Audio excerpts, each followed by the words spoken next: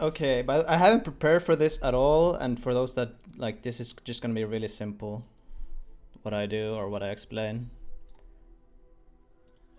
And I haven't prepared for this at all. I was just really bored, so I decided to do this. But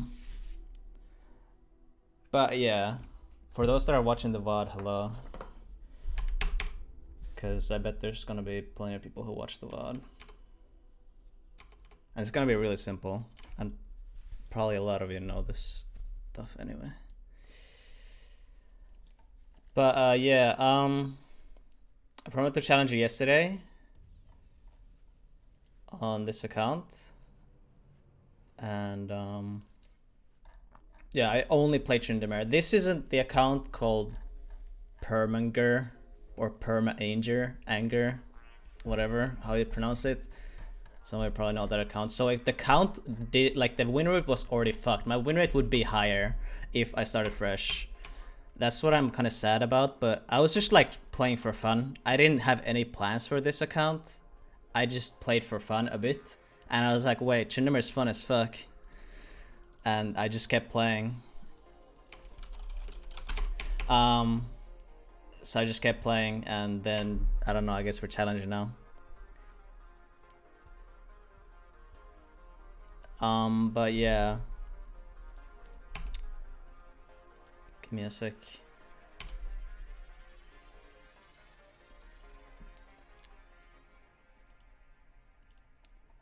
Okay, let me pull this up.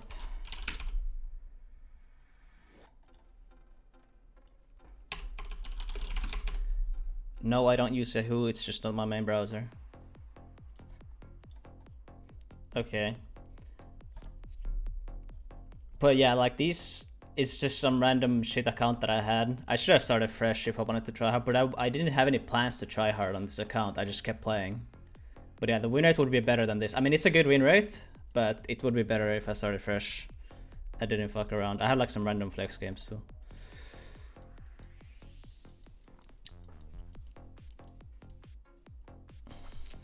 Oh, and hello everyone. But yeah, this is gonna be really quick. I'm not gonna like, I didn't plan for this, so this is gonna be really quick. Or I'm gonna try to make it as quick as possible. But I just wanna go like runes, and you, like, there's probably plenty of you who are like stalking my OPGG, whether you knew it was me or not. And the only thing you see is tempo.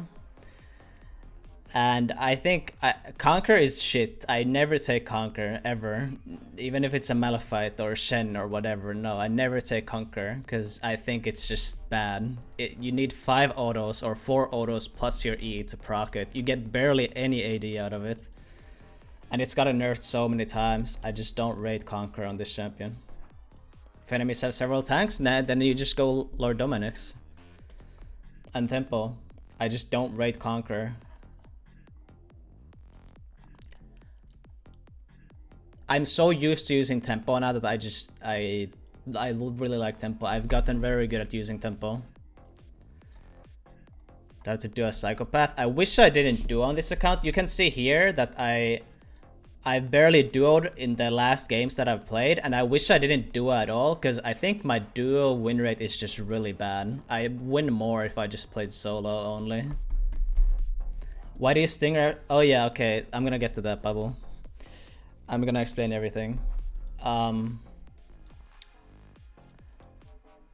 But yeah, I can fairly say that. Oh, by the way, this is the only game that like is really bad stats, and my power went out this game.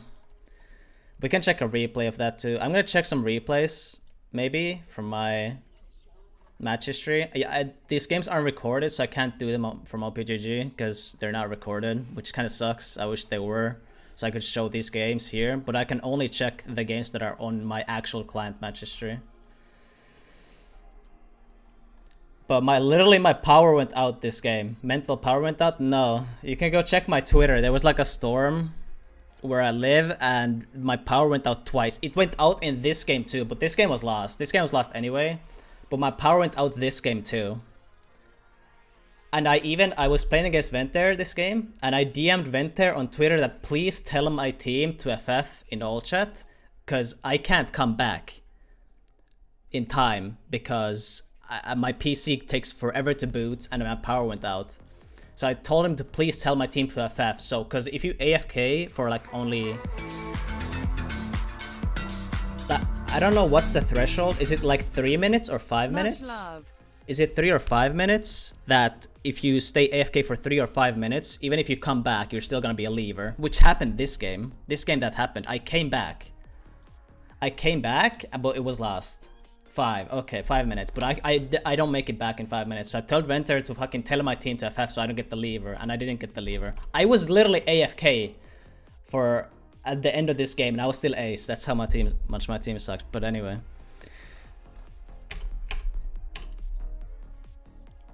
Yo, thanks for the subs. Somebody else subbed too. Kotuk, Kagayasha, and Kubsar. Thanks for the subs, bros. Thank you guys. Yeah, much love, Kuba. You should stream again, bro. I miss your stream.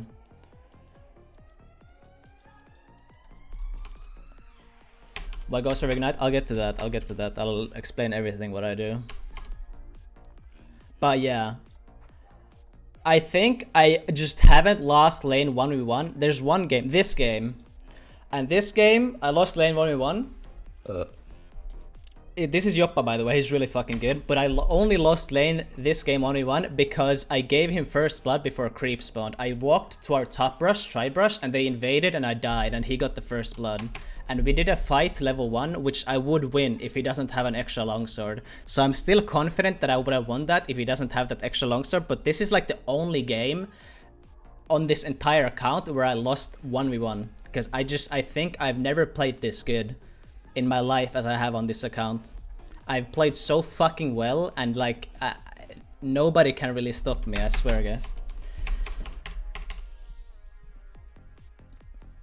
Why not Tiamat? I'll explain everything. Just stick around if you want to learn. Or if you're like really bored, or if you just want to get to like some points that you care about, then you can watch the VOD later if you don't want to watch the whole thing. So if you can just watch the VOD later. I don't know if I should play music because it might get, but it's really low though. So I don't think it will be copyrighted, right? Because it's like, it's really low and I'm talking all the time anyway.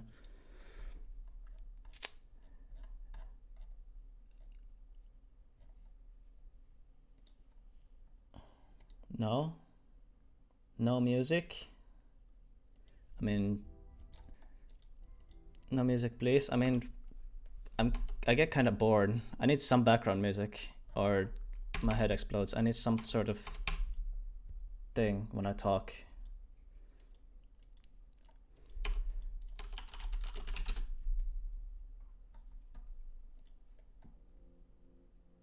Okay, this should be fine. There's some random trance mix.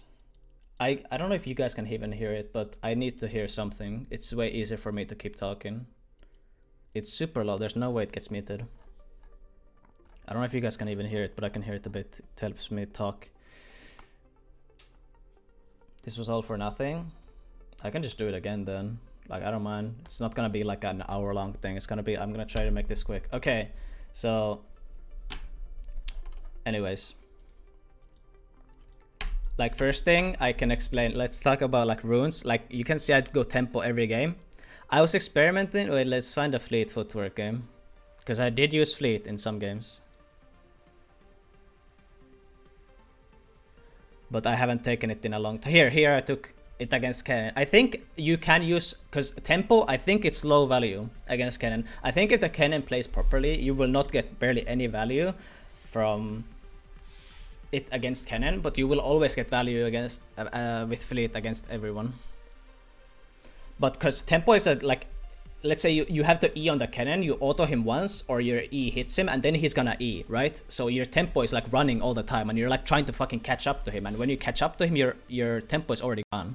But your fleet will actually help you catch up to him. So I don't know, I'm still not sure, but I think fleet is like, Kennen is the only matchup that I'd actually take fleet into, or probably like Karma top as well.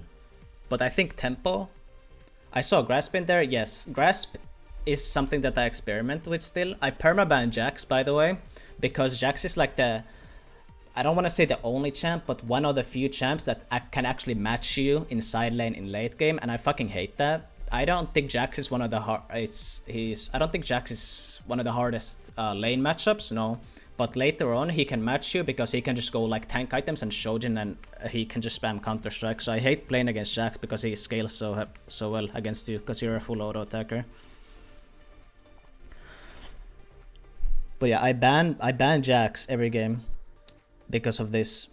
And I think if you played against Jax, like Fog does, Fog also uses Grasp against Jax, and I think that's smart. And I use Grasp against... Wait, where's the game I played against Akali? It wasn't that far away, right? Where's the Grasp game? There, here. I played against Akali. I was winning this lane really hard, but fucking Jankos ganked me like 17 times this game. I got really fucking pissed at him. But yeah, I think Grasp is solid against Akali.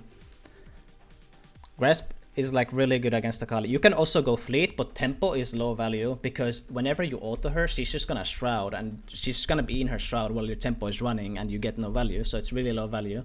And against Akali, you can do auto E trades constantly, which is really strong. And Grasp will help you with that, because you can't really all in. You need to trade before you all in, because if you just all in, or you can all in, but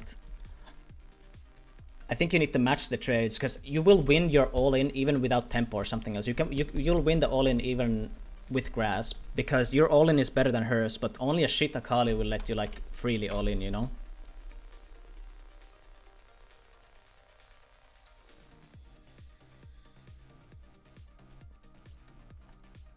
Shouldn't better than Jax? No. Jax is a better champion. And I think I have the biggest expertise on that matter. I think Jax is for sure a better champion.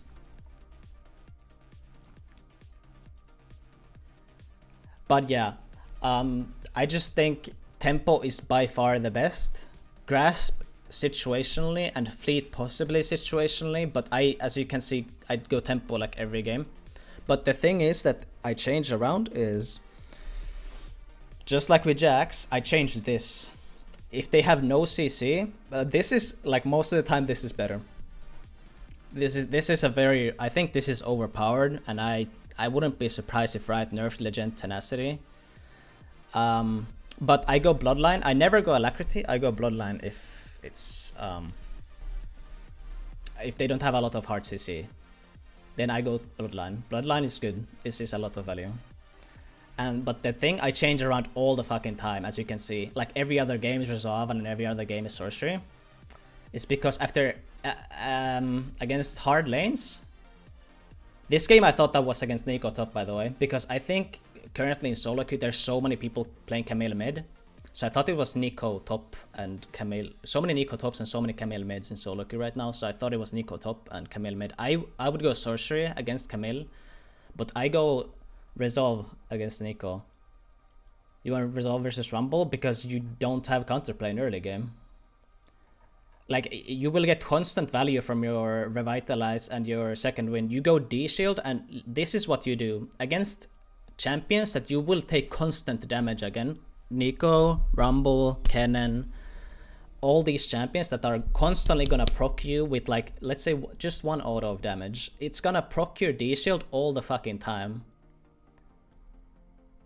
Against Aatrox, I don't go D-Shield, I go Resolve, but I go D-Blade, because I think you can still get a lot of autos off, because his Q has like downtime. He's still a melee champion, so you can get a lot of autos off on the wave, and you have possible early game cheeses that you can do, and it's better with D-Blade. But I still go Resolve against Aatrox, because if he's good, you're gonna need this, and his Q is gonna proc this a lot as well, and you need to spam your fucking Q, and this helps you with that.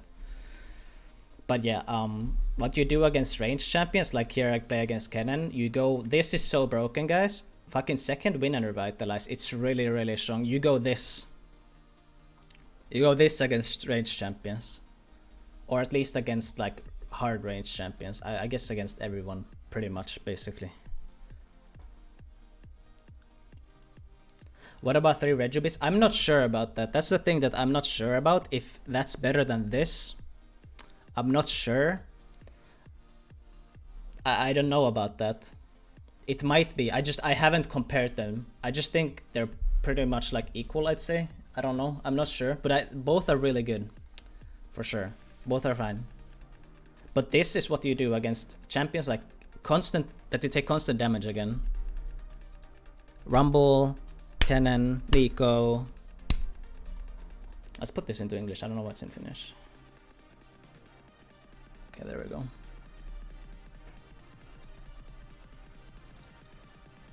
But yeah, I hope you get the gist now. This is what I changed. This is the only thing I change in my runes, is I sometimes switch this to this if they have no hard CC. This is what I do if it's a matchup that I know like that I will not get that much value out of Revitalize, because this combo is so incredibly strong. It scales so well, these two, because it helps you get CDR, because CDR is obviously broken on this champion, and Nimbus Cloak is really good. Can show full build, it's always situational.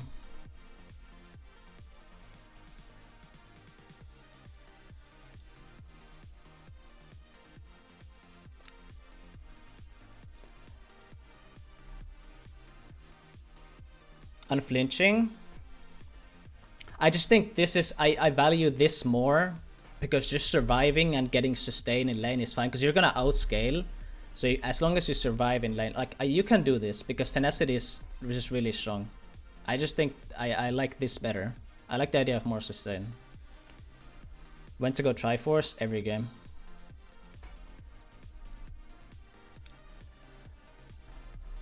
Okay, so I covered runes pretty much. It's really simple. It's not that complex. I thought it's really simple, and well, I hope you all understood. So against champions that you will take constant damage again, and that are like actually a threat to you in early game with constant damage, is resolve with this. And by the way, how to counter this is the dumbest thing people do is, because this keeps refreshing, guys. This effect keeps refreshing, so it's way better to do it. So let's say you do 2 auto attacks in 2 seconds than doing 2 auto attacks in, let's say, 5 seconds, because then you get more value. Because let's say you do 2 attacks in 2 seconds, it's like auto 1 2 auto, and then it won't refresh. It won't keep refreshing you won't get that much value out of it. The uptime of this and D-Shield is gonna be lower. So if you play against this shit, against D-Shield or against this, that's how you do it. You need to do more constant damage, because then it won't keep refreshing, and he will get less value out of it.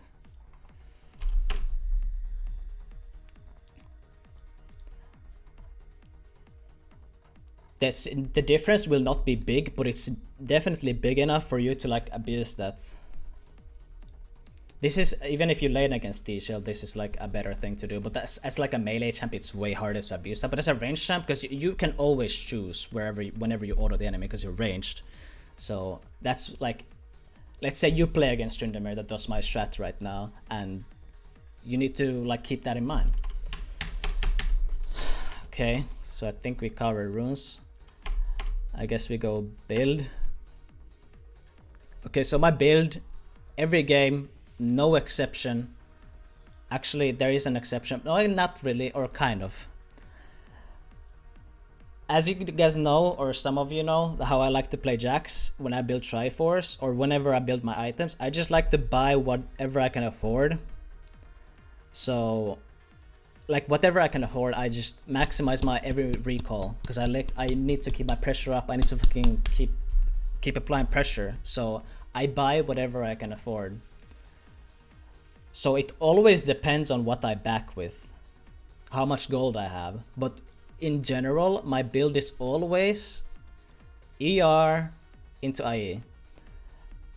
I don't go Shiv at all. I mean, any Zeal item. I don't go any Zeal item at all. PD, Shiv, or whatever. I don't go that. Because ever since they buffed Tryndamere passive, it scales up to 50%, and you get 50% from these 2 items. I just think attack speed on this champion is overrated, because you're a melee champion, right? With no hard CC. So whenever you're hitting enemies, there's almost always gonna be an interval between your autos. Is that how you pronounce it? I assume so. But there's like gonna be a gap between your autos, you understand? So you get an auto, you walk to them again, and then you auto them again. So like if you have high amounts of attack speed, it's not gonna give you that much value because you need to run into them constantly between autos anyway. You get me? You feel me? I'm trying to explain this simply. I don't know if I'm bad at it, but like, you understand? So whenever you get to hit the enemy, you need to hit hard. It needs to be like, it needs to be like that, not like it needs to be fucking like that, you know?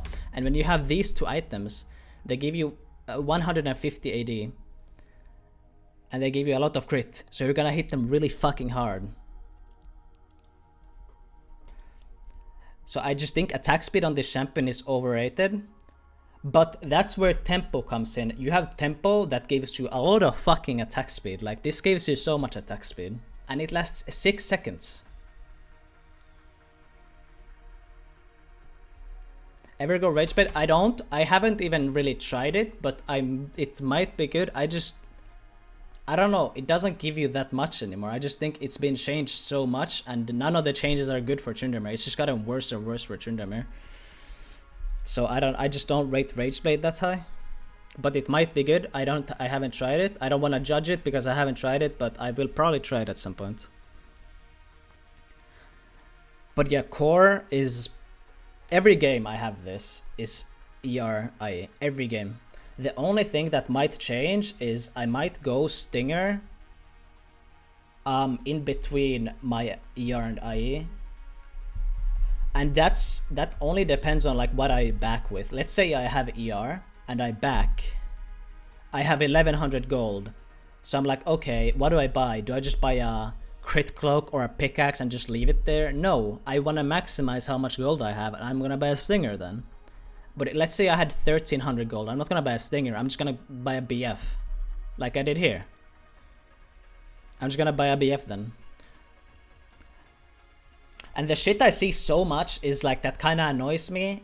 Again, it's like you need to maximize your gold. So let's say, wait, let's see a perfect example. I do that shit all the time. Let's just pick a game and I should be here, precisely here. So I get ER and I buy crit cloak and pickaxe instead of BF. And I bet so many of you motherfuckers would just buy BF instead of pickaxe and cloak of agility. Let's say you have like 1700 gold. You would have 1700 gold, and a lot of you would buy just BF. But this is more value. This is more value. You get 15 less AD, sure, but getting 20% extra crit is actually really big. It's big. Because as long as you keep critting, it's gonna buff your E so fucking much. Like, it's not only gonna be a crit, which will deal double damage, or there's a higher chance of dealing a double damage with your autos. It also helps your E so much. It's so much better to do this. You need to just maximize the potential of your gold. Or how much gold you have, okay? But yeah, core is always Triforce or ER into IE. But this is always situational as well. Fuck, I wish there was like a better way to see. But like, as you can see, all my builds have like ER, IE, and then like Stinger, because that's what I do like almost every fucking time. But I bet there's like some games here at least, like, let's say they were full AD. Then I would not go Stinger, because I would just buy Last Whisper, because I think Last Whisper is underrated on this champion. Because you don't have any true damage anymore. Your IE doesn't give you true damage anymore. You don't take Conquer. You have 0% true damage. 0. You have no true damage at all. So Last Whisper. And Last Whisper nowadays, by the way, a lot of people don't even know this. It's total armor pen. Total. It's no longer bonus. You guys remember old Last Whisper? Like the old Last Whisper that was 35% total armor pen. It's the same thing now. It only costs more, but it's the same exact thing. So if they have a lot of armor, you just fucking buy Last Whisper or Lord Dominic's or Mortal Reminder, rather. You just buy those. Because it's good. It gives you a lot of damage because you're only auto attacks and you have no true damage, so armor penetration naturally good against armor. But they do need to have armor for you to like buy that, for it to be value. Berserker Greaves every game, yes. I go Greaves every game to make up for the lack of attack speed that I have, because I don't go Shiv item. I just go Berserker Greaves every game. If you want tenacity, you will just go this, because this gives you mercs, free mercs. Why do you prefer Ghost over Ignite? I'll get to that. But yeah, core, ER, IE, every game. Always buy these items, or I buy these items. Like, what comes after? Always situational. Let's say they would have like a billion hard CC, okay? So much hard CC. I go ER, IE, straight into QSS. I don't even go Stinger, I would just go QSS right after. I would go QSS right after, because as long as you have ER and IE, it's always situational what you go. If they don't, then Stinger, obviously really good, it gives you attack speed and the CDR. Last Whisper, good against armor. But the biggest core I have is ER into IE, into Triforce, into mostly QSS, because there's so much hard CC in every game for some reason nowadays. And last item is usually Mortal Reminder or Lord Dominic's, because everybody's base armor has gone up because it's late game and people buy a lot of armor. So Last Whisper is naturally going to give you a lot of damage. As you can see, my build is pretty much the exact same in all of these games. You will see this like repeat all the time, because I just think this is the best, or well, this was... I sold all my items and bought random shit.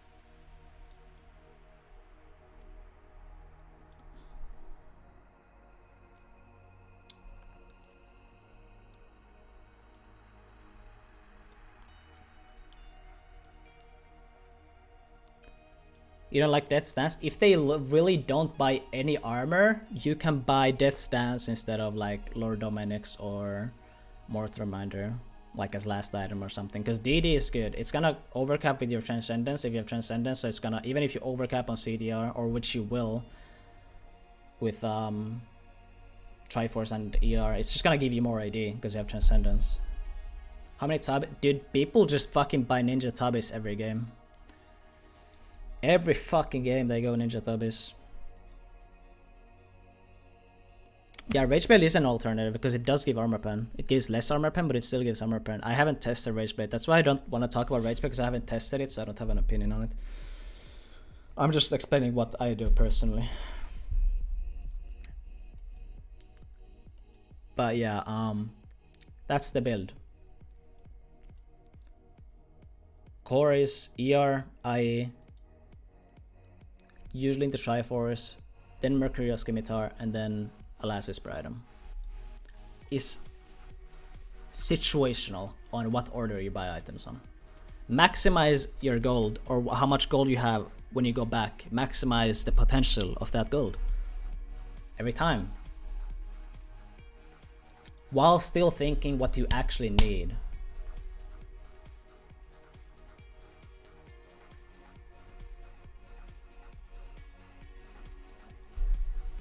Okay. So we covered runes, we covered items, and now sums. Very simple. You guys don't like Ignite. How much does Ignite even give? Let's see. Wait. I'll show you guys. Summoner spells.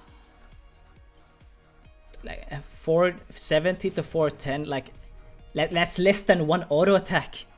If you get one extra crit with Ghost, you already dealt the amount of Ignite would deal. Like, I don't understand why you motherfuckers wanna go Ignite. I don't get it. Ghost is so much better. Ghost makes this champ like 10 times better. You need Flash. You need to take Flash every game, but like... Ghost is so much better. Ignite is good in lane to get like cheese kills, but Ghost scales so much better. So much better. Like that's what I compare it to. Every time I need to sell someone on the fucking Ghost sales speech, if you get one extra auto with Ghost, just one, that's already more damage than Ignite. That's one already.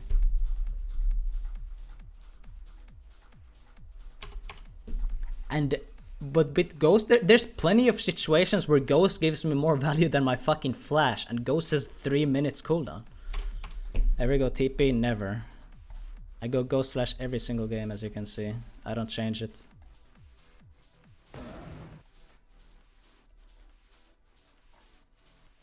Jack, do you think Jax is terrible? No, there's nothing wrong with Jax. Jax is better than Tryndamere, for sure. Yes, Ghost. You go Ghost, guys. Go fucking Ghost. Armor pen boots will be broken. Because AD champs have auto attacks. Like, that's so much more potential damage. Imagine you got, like, being an assassin, you go armor pen boots plus all the fucking lethality items that already exist, like... No, I don't give a fuck about TFT. I'm not gonna even try it. It looks really boring to me. Not my type of game. Bone plating, yes, bone plating is an exception to the resolve rule. So I go, like I said, I go against range champs or hard matchups like Kaden or Nico or something like that. I'd go this because it's really strong. But against Renekton, I go bone plating. And the way you play against... Wait... Well, this was a normal game. I don't really count that one. Where did I play against? I played against the Glebo. I played against this guy. This guy was so fucking bad. You should never lose as Renekton as Tryndamere. This guy was talking shit in all chat after losing hard 1v1 against Tryndamere's Renekton. Dog shit player. But yeah, against Renekton, you need to go bone plating because it's really good against his fucking W, and you need to time... You need to time your bone plating into his W. So whenever your bone plating is up, try to do a longer trade so it gives you more value from your bone plating. So you need to like time it. But it's really good against Renekton because he has a lot of burst, so and it works really well against his W. So I go this instead. Only against Renekton. Only against Renekton.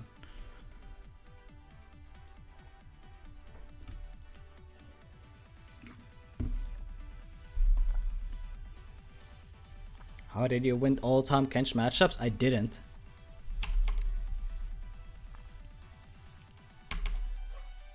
You just need to play around it. You don't necessarily need to win. Even if you go even or you win, even if you win even by 1 CS, that's a massive victory against Tahm Kench.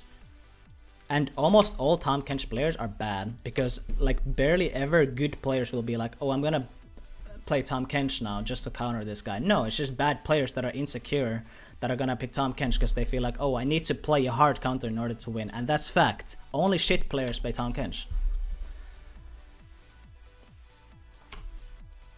So they're usually bad, so they don't know how to like abuse you properly.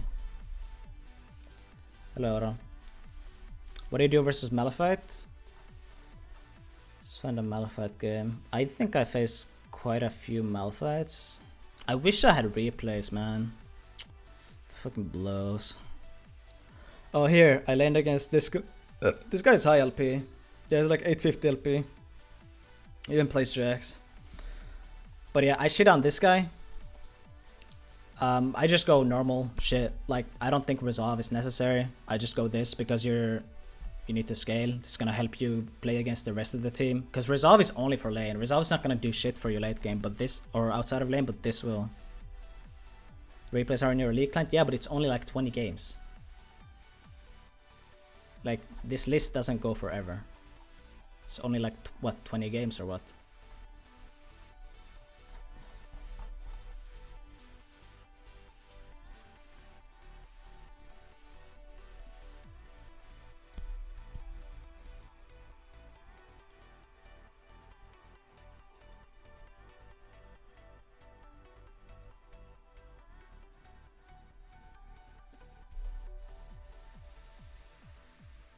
Your voice makes me a little wet.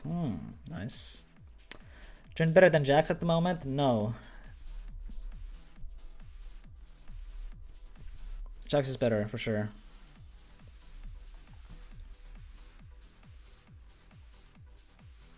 Runes versus Jax? Would probably go Grasp. Because you will outtrade him. But I permaban Jax. I ban Jax every game. Because he outscales you. Jax can just build broken items against Tryndamere. It's really fucking annoying.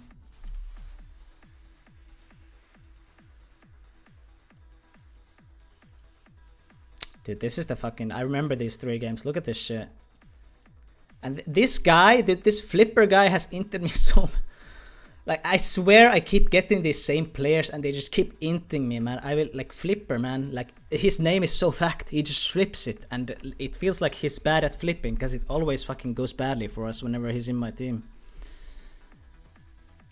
But look at this fucking... Oh my god. Ace, ace, ace. Feels bad.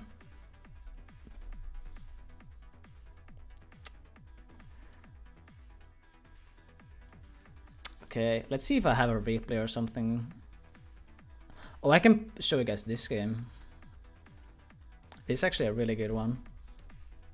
It's gonna be an example on how to push your advantage.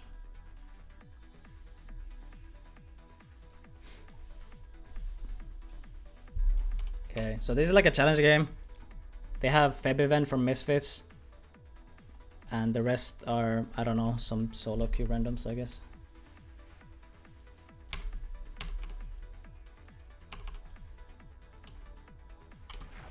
No, I don't think Jax is one of the worst matchups in lane. It's just that Jax has the potential to outscale you, which many champs don't have, and I fucking hate the fact that he can actually outscale you. Okay, so I'll show you guys. I actually play the early lane a bit bad here, but that's not gonna be the point here.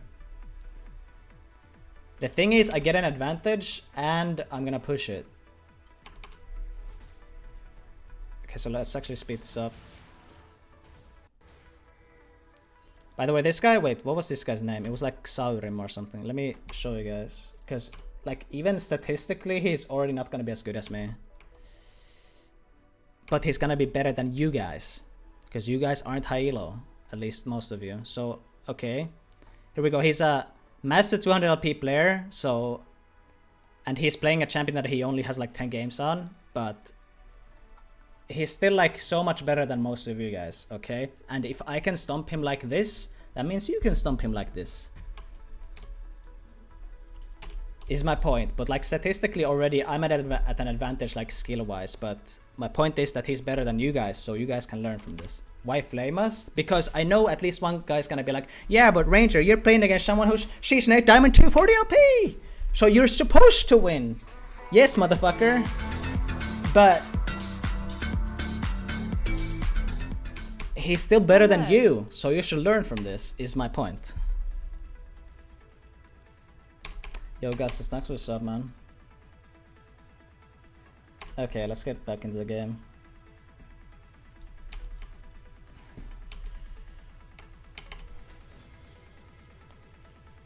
Already, he's like being a bitch because he understands he's lesser of a player, and I'm just superior in every way. But this is not the point right here. I'm already getting an advantage, sure, but I actually play these trades bad. Like, I go really low right here. Okay, where was the point? I actually looked at this replay.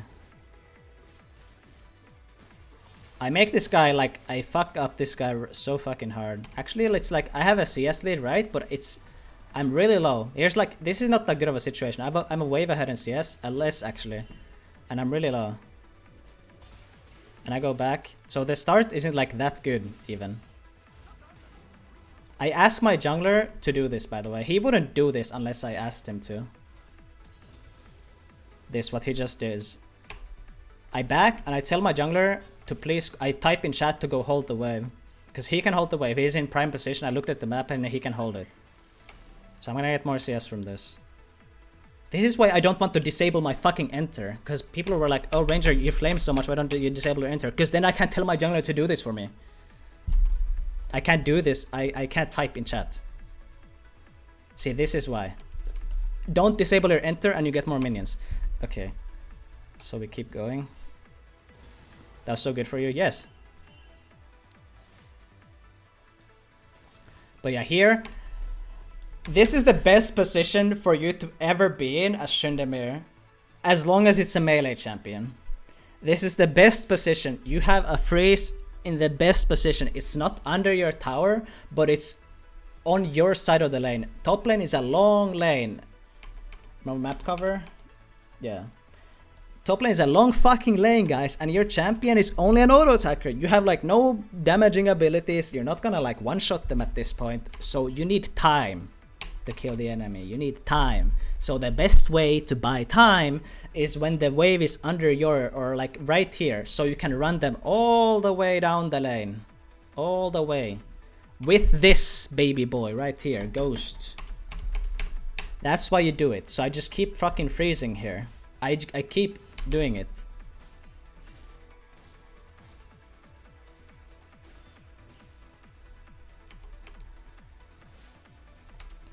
Let's actually disable this out. Okay. I just keep freezing. And he can't really do much, because if he contests this wave, he's gonna lose his flash. Because it's hard to hit Cho'Gath Q on someone that has like I have my E and I have Ghost, so it's not that easy for him to hit his Q on me. So he can't really push up to the wave, because if he does, I take his flash. And he knows that. This isn't like even that bad from him. He can't walk up. He just can't. And I stay here. And if it's a bad player, he's gonna walk up and then you fucking take their flash or you kill them. Here my jungler is trying to something desperate, but this doesn't really impact the lane at all. Besides, he even has a ward. He's so bad, but still better than you guys, though. Keep that in mind, that he's actually a master player.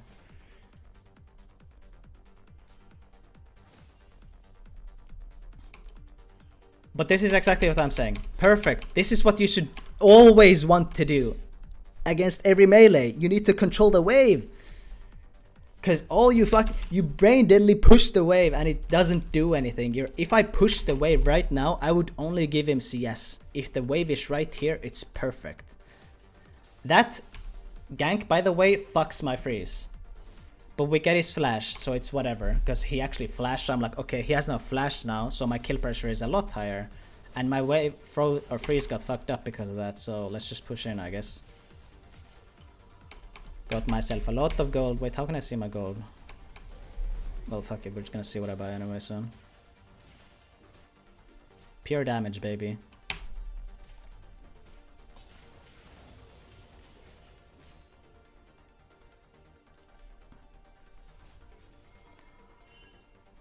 He doesn't have time to push. Because I made the wave really big, and I made it big enough that it's gonna double crash. So it's gonna push back to me, because my creeps will be here dying to the tower, and his creeps will be crashing into my creeps that are under tower. So his waves will stack, while mine is dying to the tower. So you see his wave is coming here. He has 3 casters, 1 melee. I have 2 casters that are dying, and so his wave is bigger. I can freeze again. It's bouncing back. This is bouncing, okay? He can't stay in the lane. He can't push this. Even if he stays, he can't push. I have a freeze, because if he stays, I'm just gonna take his flash again. I mean, I'm gonna take his fucking life, because he has no flash anymore.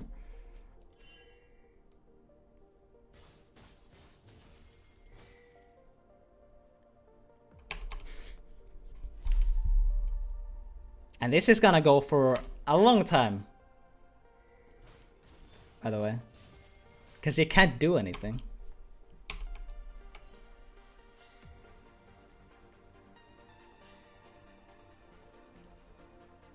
He's spamming because he doesn't have counterplay at this point. He doesn't have counterplay.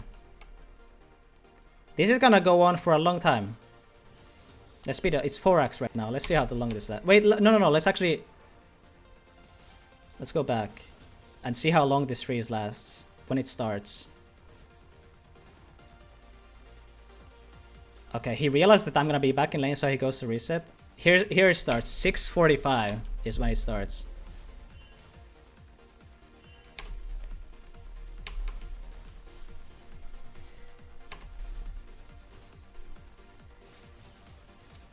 My bot lane's losing. My bot lane's losing extremely hard this game. These both motherfuckers were crying all game. blaming each other. Okay, so the freeze has been going on for a minute.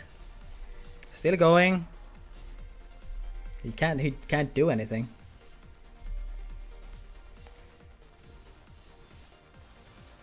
See, this is just tilt from him. He should go farm jungle camps or something instead of just sticking here, but he's like tilted out of his mind. But even if he goes and farms jungle camps, it's the same outcome. I'm just getting way more than he is. 2 minutes. Now he goes and farms jungle camps. Now I have enough gold. It's been 3 minutes. Now I have enough gold. I'm just gonna fucking push him in. And I know he doesn't have flash either. Because at a certain point, I feel like if you keep freezing like the entire time, you're kind of wasting the amount of gold you're getting. So if you get like really ahead, you kind of like want to push the advantage and maybe look for pressure instead of keeping the freeze. Because then you have a lot of gold and a lot of advantage, but you're not actually hitting the enemy. You're not actually like doing anything with the advantage.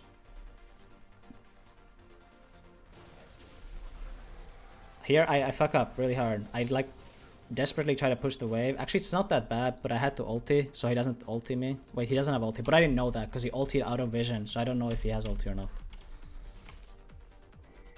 Actually, I could have checked these stacks, but I was stupid Pega for that. Out of mana. I was recalling, but he's out of mana, so what do you do in this situation? Let's see here. Okay, I have ulti, I'm 1 HP, he's full HP, he's low on mana, sure. But I have like barely any items. We're like close to same items gold-wise. We're pretty close. I'm 1 level ahead, so we're pretty even, right? I don't have ulti. He's full HP, I'm under half, I'm like 33%. No, actually like almost half actually. I don't go back. Man knows his limits. I'm waiting for him to use more abilities on the wave. I check his mana. I fuck up my my W, but I still know I'll win this. I'm really low, but I have tempo.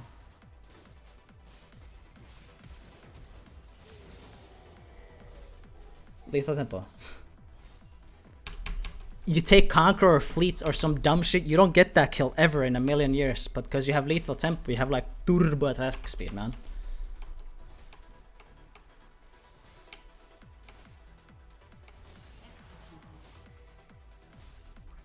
And now you just push in. And now I have like an insane amount of gold. Because I kept the freeze for like 3 minutes. And I killed him too. I have perfect CS. I have 100 CS in 10 minutes. I have ER. Boom.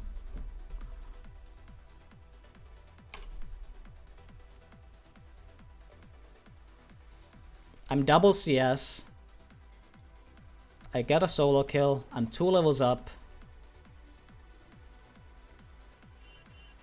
See, this guy is trolling all game because his AD carry was inting or Nico, and he was just roaming everywhere and dying. He walks mid right now and dies. Like my bot lane is literally trolling this game, and man's still on that 1v9 mission. You know, you people cry in my chat and be like, "Ah, my bot lane loses every game. How do I win?" Bitch, you do this. You play like this, and you win, because that's what you have to do to carry bot lanes. And my fucking bot lane is dead again. Again and again and again. See, I don't see people do this either. Proxying when you're really ahead is very good. It's gonna make your wave automatically crash the tower, which is gonna hit the tower. And it forces the enemy top laner to stay here. He can't leave or he's gonna lose creeps. So you can do this for free. Just proxy the wave. Walk in, establish pressure. Get vision with yourself. You are a ward. You provide vision. It's not only wards. You as a fucking champion provide vision. So if you just go and fuck around in the enemy jungle, you're like, oh, nobody's here. So if nobody's here, they're somewhere else. And my team will see that. Nobody's here. So they must be somewhere else. So we know that, like, okay, the enemy jungler might be bot side, but because I walked in the jungle, I see Zac. Zac's right here. So Zac is here. Zac is not bot side. Zac is in fact here. This, what you're about to see, is total horseshit. So bear with me. This is horseshit. This is a bug. See, I try to hit the fucking blob, but it won't. I have target champions only. See my mouse? How it goes red? Look. This is target champions only, and I had it on. And I was hitting the blob, but it won't target it. It won't target the blob. Because I'm pretty sure they're coded as minions. Because you can TP to them. So I don't think you can auto them if you press your target champions only button. It's a minion. Yes. But I can't auto it because it's behind the tower.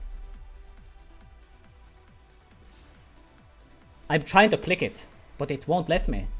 It's behind the tower, I can't hit it. So I die, and he lives. Horseshit, horseshit, horseshit.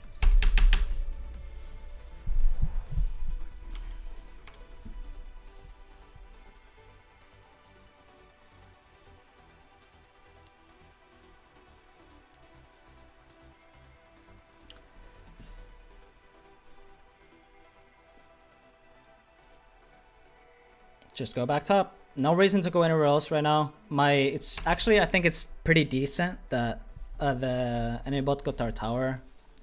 So Nico can farm for free now. I don't think it's like too bad.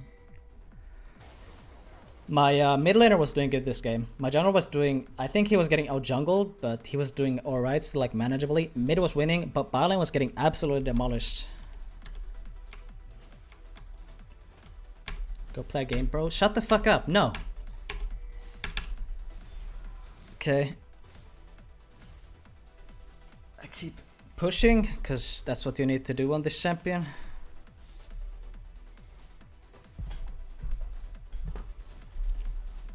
Cho'Gath's done at this point. He's really tilted, and he's just doing some random shit somewhere. Where the fuck even is he? He's right here. He's like trying to group, because he can't lane anymore.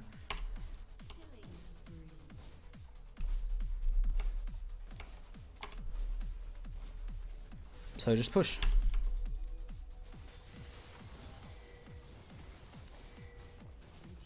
Because this champion is so one-dimensional, you can't do that much. You can do the things you do, and you do them pretty good, but that's all you can do.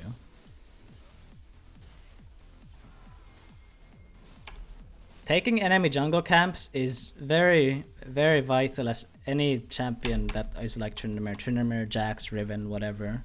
Something that's like a one-man army that can like stomp hard. If you have pressure, you should always take jungle camps. It's like denying. If you ever played Dota, like denying is a pretty big part of the game, and this is literally what you're doing. You're denying.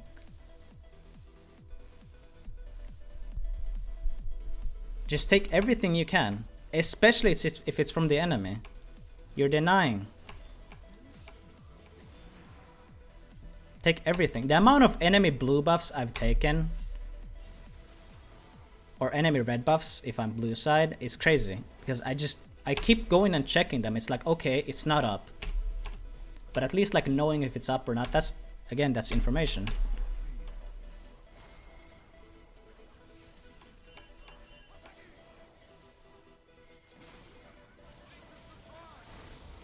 See, right now, I could stay top, but I look at the map, like you should always look at the map, because even if you're Tryndamere and you're a champion that like has a hard time grouping versus plenty of comps, but since I'm this ahead, I'm perfect CS still, the enemy top's 2 levels down, and it takes quite a long time to push the tower, like second tower, it takes a while. So I see that we're fighting mid, so I just run mid, I'm strong as fuck, I just fucking spin in and do my fucking thing. Because if I'm not here, my team would surely lose. No doubt in my mind. See, that's what I mean, because I see a lot of people, I'm trying to like give points to the things you guys say, as in like, oh, my team sucks and my team doesn't do anything, so how do I win? Like, you need to go and help them. Sometimes you can't help them. So many times you can't help them, but so many times you can. Like here, you can go and help them, and you can win a fight because you're there.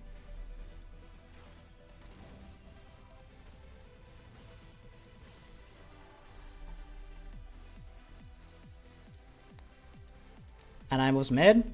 Top wave, bad. In a bad spot, I won't really get anything. Bot wave, pushing into us, and we need to push it back. So we have pressure as on the wave, and if we're gonna make an enemy come here, so they can't be anywhere else on the map. If they don't come to catch the wave, then they're gonna lose gold from the creeps. But if they stay here, it's gonna bounce back to them, and it's gonna give them more time to catch it. So this will just create pressure, and it's gonna make them need to come and match me. So they're not gonna be somewhere else on the map.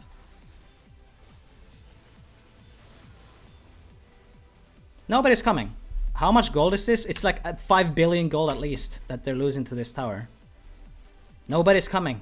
Nobody's doing anything. Fine, I hit the tower.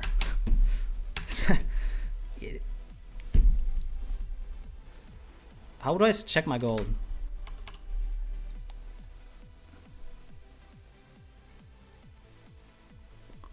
How do I check my gold here? X? Oh, thank you, chat. Okay, so I have a lot of gold. And I was thinking of resetting right here. Wait. I think I even started my recall. Because I was thinking that somebody's gonna come match me. But I see... Boom. I see 3 of them in vision. Yasuo just cleared the wave here, so I saw him too. I don't know where Zac is, but if Zac comes here...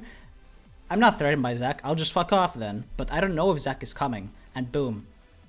Right here, I see Zac. Everybody's in vision. I can do whatever the fuck I want. Pay attention to the minimap, guys. Very important. So I just hit this tower. I could run here, but if I run here, the situation's already gonna be over as I get there. And they're not really pushing any towers, which is way better for me. If they get like a kill on the 1 and 6 Nico, who the fuck cares? I'm gonna get a tower for that, which is way worth for us.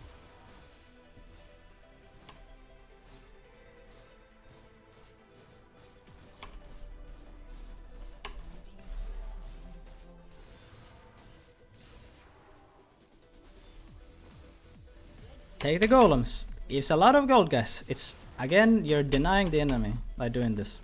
I don't have a wave, I can't push the tower, I just take the golems. My team is already dead, so there's no point going there. I'm not gonna do anything by myself. Ward. Deep wards. Very good. They walk from base here, and they walk through their jungle. A lot of the time they walk through jungle. And we see, whoever we will see on this ward, we see that, okay, they're bot side. That will give Vayne info, and maybe we can get Herald because of that. Remember to fucking use your trinkets in their jungle.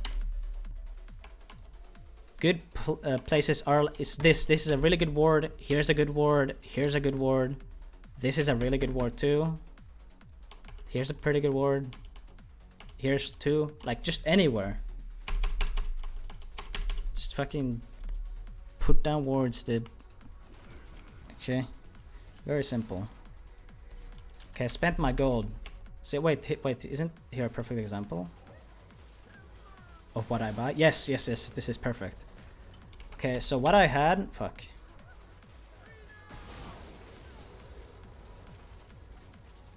I have 2.7k. So what would you buy, chat, if you had 2.7k? Write in the chat. I'm gonna take a piss, be right back. Like 30 seconds.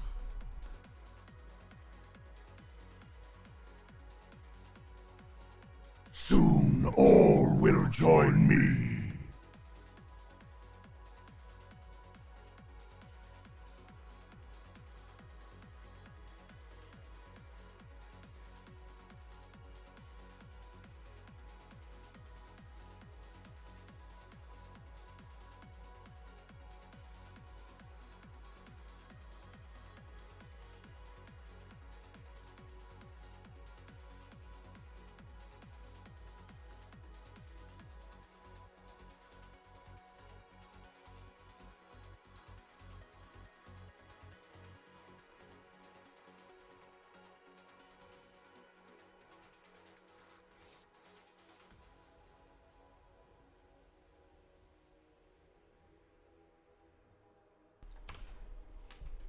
Stinger, Phage, BF.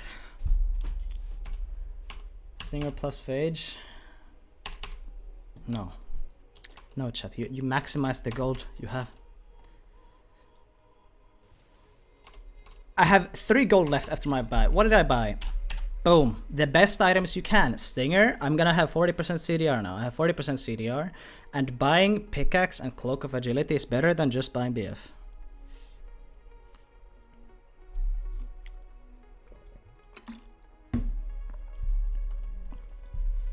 I'm so fucking strong now. This is when you spike the hardest. I don't have my IE yet, but I have a lot of crit chance and I have 40% CDR. And I'm also level 12. So my E is level 5 too. I'm not Tiamat this game, I never go Tiamat.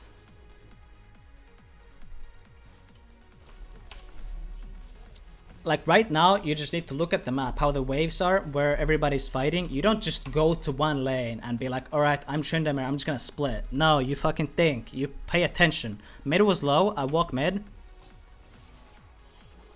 I see we're fighting top, I run top. Soon. Wait, I don't, because my team died. Oh wait, this wasn't the fight, my bad. I watched this replay before. I thought it was that another fight. But that happened. No, that happened like a bit ago, yeah. But yeah, my team died because they suck. My team sucks this game, but we still win. But I know how strong I am. I can just go in. Because I am really strong. I just been in. See, how bad does this look, guys? I have 1 HP where there's 3 enemies with full HP. I just used my ulti. I have a feeding Nico next to me. An Ivern that's pretty far, that's not doing too hot either. What happens? Let's see.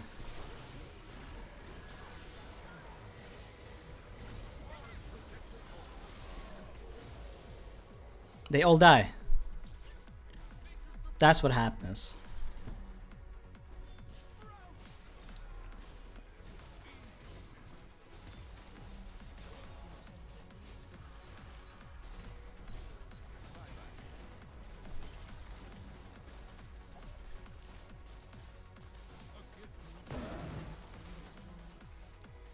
So once you reach a certain point, or whatever point, whatever items you have, you need to like, whenever you play any champion, not just Tryndamere, but because fighting, especially in solo queue, is the biggest part of this game. Is just fighting and knowing how strong you are and what fights you can actually take.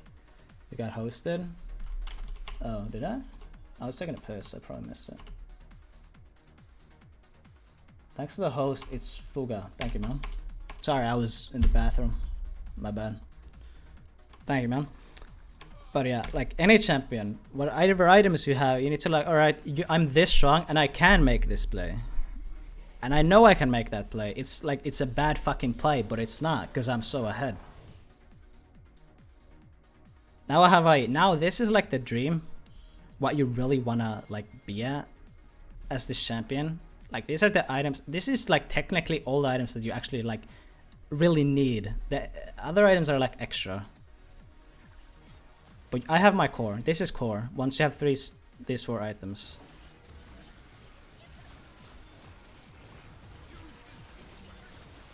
I could go here and catch this wave, but I want to make sure that my team doesn't die anymore because they have a really fed Sivir. So if they fight without me, they're gonna lose if I'm not near.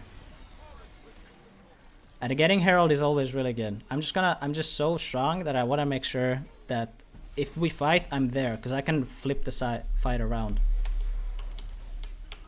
And now that the situation has like calmed down and there's not like an imminent fight going on, now I go for the wave, right here, boom, because you need to keep your gold up. You don't get 220 CS at 20 minutes by like just not constantly looking for CS wherever you can.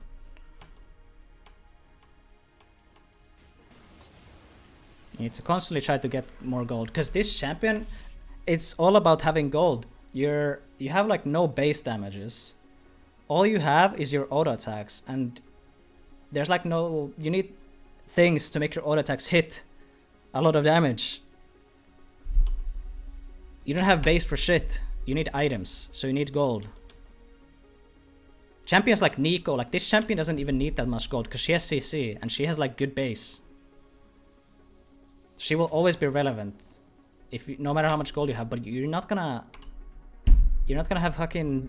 You're not gonna do anything if you don't have gold. Again, if my team was winning at this point, this game would be really different because then I could just stick here and just keep pushing.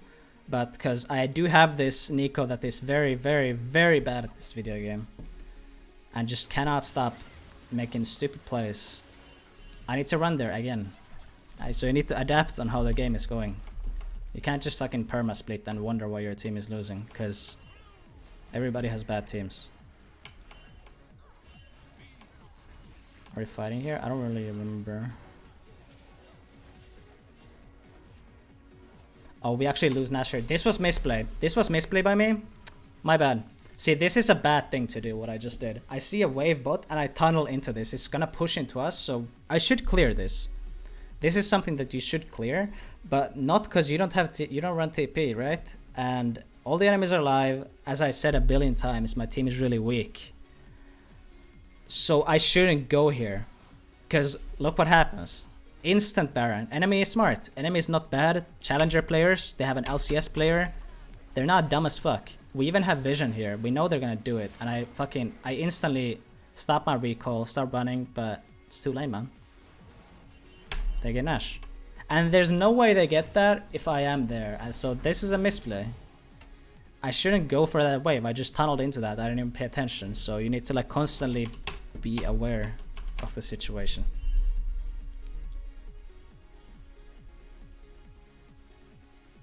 But now that they do have Nash, I'm just like, alright, fuck, well that blows. Accept your mistake and just go and take the enemy camps. Oh, here, they keep chasing the Gragas and I think I start running top. Yeah.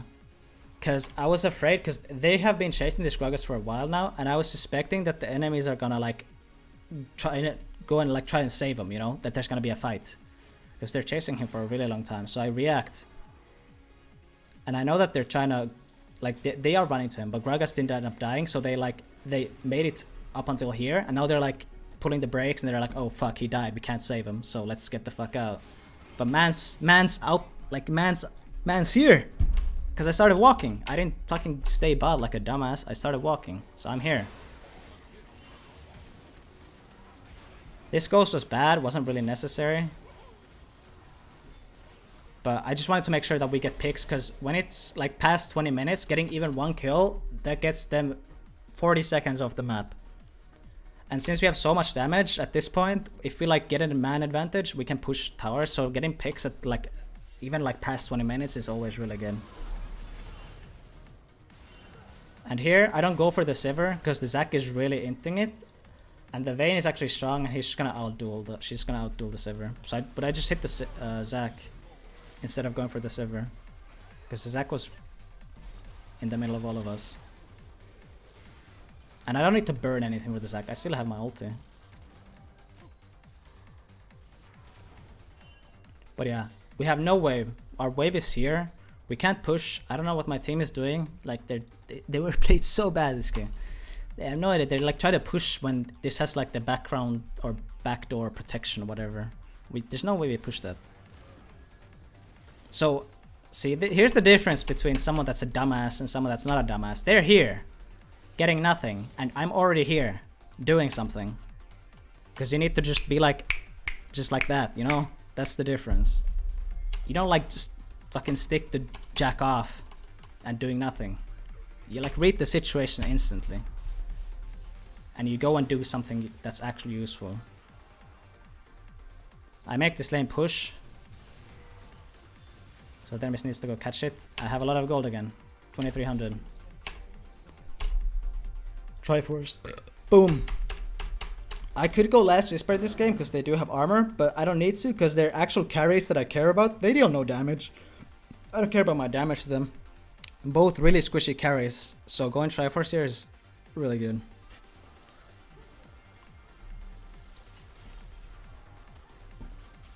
And now I know I know at this point, the gold is still equal. Kills equal. Bot lane, dog shit. Enemy bot lane, godlike. But I know that because, you know, this difference. Can we see the gold difference? I have double the enemy top's gold. A bit less, but almost double. So man knows that man's gonna win this fight for us.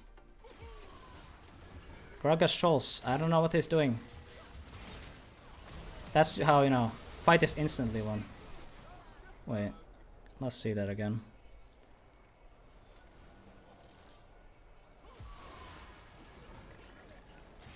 Okay, Gragas ints. I fail my fucking thing. Boom! I crit so fucking hard. I crit 600 on her. And if you go some dumbass Shiv build or something, you don't crit like this. You don't crit like that at all.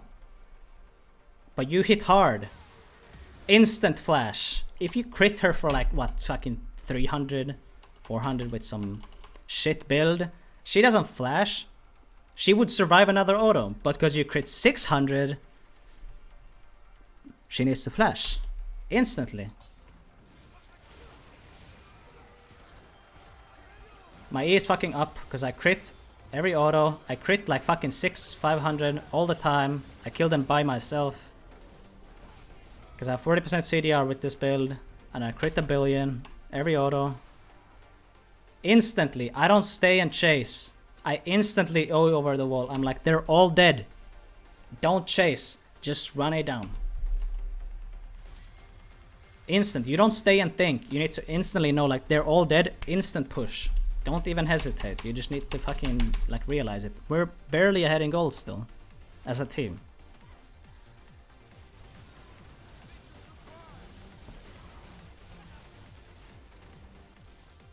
We try to end here because it's really close that we end because we get both Nexus towers here, I think. But like, just getting both Nexus towers is like the open Nexus is like that's I barely ever see people recovering from open Nexus. It's like the difference between having even like one Nexus tower and just having straight up over open Nexus is so big. Like not having Nexus towers is, well, it should be obvious, but it's really worth it. Even if like 2 of us died, I know I won't die for sure, but even if he died, it's so worth it. So worth it. I don't know if he even dies. I don't remember. Actually, he doesn't even die. It's perfect. I get the Drake. I could walk this way or I just E over so we get a sandwich right here. Pop the ghost. Ghost, baby. None of that ignite shit. Boom. If I fucking know, if I see the Sivir with 1 HP and I know if Sivir dies, we're gonna win the fight. You don't hesitate. Instant, just fucking do that. We win the fight. Because the Sivir is their only proper DPS. The Yasuo can't properly DPS. And I'm zoning them because they need to keep running away from me. They can't tank me because I have my ult up. I'm super fucking fed. They can't tank me. So they need to run away.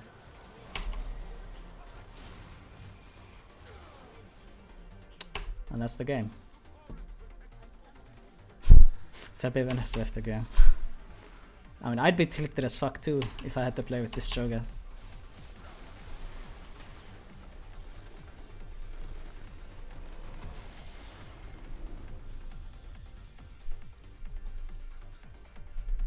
But yeah, that's like a way that you win when your bot lane is non-existent throughout the entire game. Like low-key intentionally feeding, because you should have seen the team chat we had. Like they were not trying. At least this Thresh wasn't.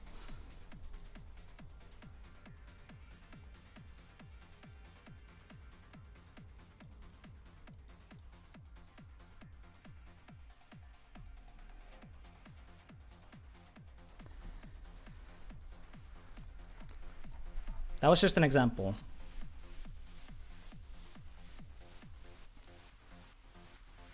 Salve or sorcery? I'd go sorcery.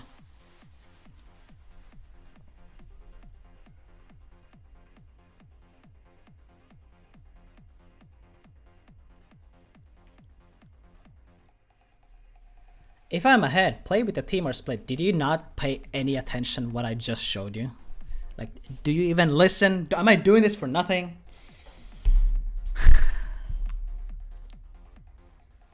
Twitch chat. Oh, Twitch chat.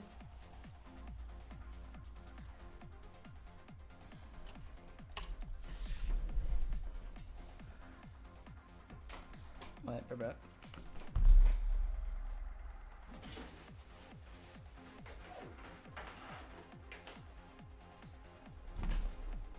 Can you guys hear the fan? Does it bother the mic?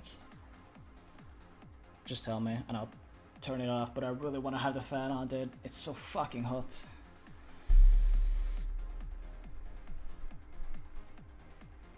Dude, I'm taking my fucking shirt off. Wait, give me a sec. That's okay. Okay, that's good. Do you have a game where you fall behind early? I can see that. That's actually a good idea, but the thing is, I can only check the replays of like my actual match history on client, because on OPGG the games aren't recorded. Oh wait, is the game here? Is it this? Yes, yes. Let's watch this one. Yes, this was a good point from you. This is a good game. Look at my damage this game. I deal less damage than a Morgana support. I'm gonna show you how the game went.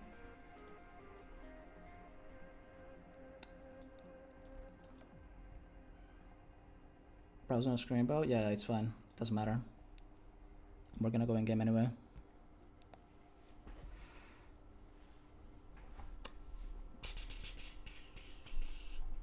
Yeah, there we go. I did less damage than Morgana support this game. Keep that in mind. But I still think the amount of work I did compared to like how unfair the game was for me is really big. Damage? No, didn't deal damage for shit, but you'll see.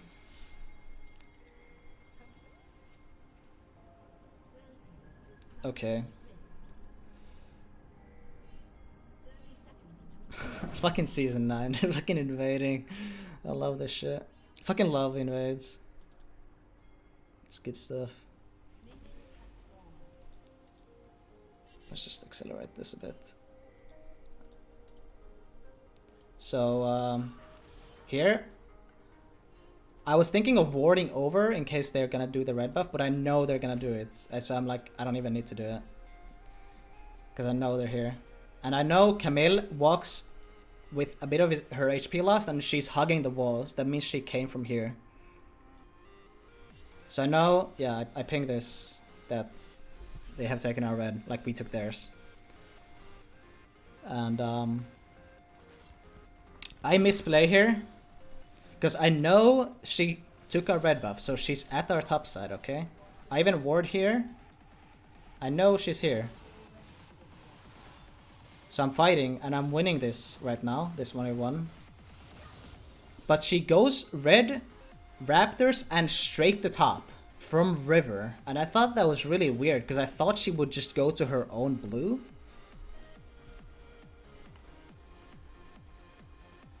But no. I'm like, okay, she just eat me into the wall. I didn't know, like, it could just be her baiting for the gank, but it could just also be her misplaying. So I'm like, okay, I'm just gonna all in here. I'm gonna win this. I would win this 1v1. But I don't. I die to Talia.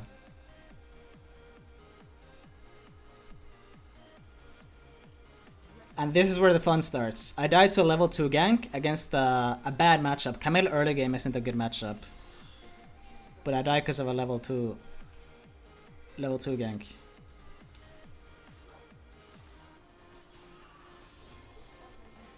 She gets to push into so it crashes fully.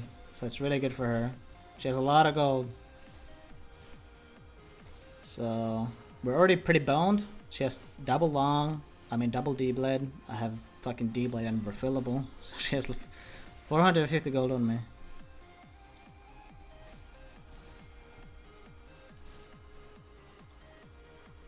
I popped Ghost when I was fighting her.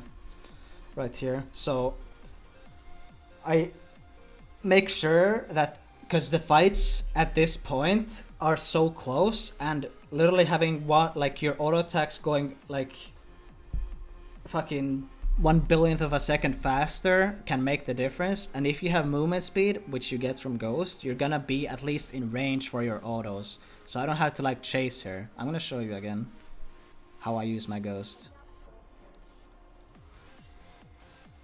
Also, it accelerates, keep that in mind.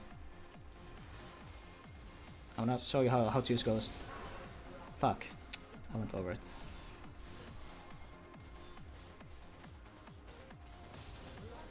Here, she uses E in. Instantly pop Ghost, because I know this will result in an all-in. Either one of us is going to die. Because with Ghost, even if she flashes away, I will catch up to her, because I still have my flash too. So I just use my Ghost, in case like right here, she's trying to kite me, but that's not happening, because I have my Ghost up. I have, how much fucking movement speed do I have? I have 439 movement speed. I have so much movement speed. But I died to Talia. I would win this. Okay. Again, Talia still fucking topside. Level 2 ganking me wasn't enough. Again, I would win this. I would win this 1v1 again.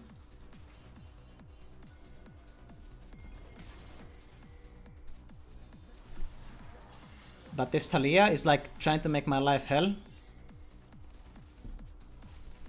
So I'm laning 1v2. And this is a perfect example again of, because you guys are like, oh, I get camped, how do I win? Surviving ganks is very good. Even if you don't get a kill or anything, just surviving a gank is already really good. That was a good play by me, just because I survived. The Talia is spending a lot of time on me.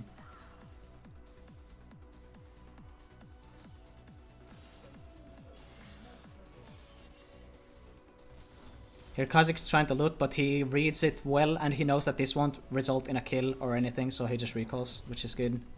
I see a lot of junglers, like they try to make like a lane gank or something, like gank wherever, and they just sit in the lane for like God knows how long. It's not gonna work, dude. You need to like read the situation properly. And he did that, so he recalls, which is good. Recalling there is way better for him.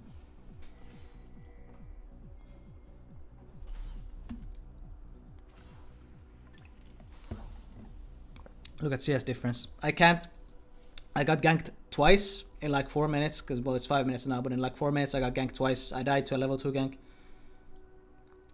And the waves have been really bad for me. CS is really bad.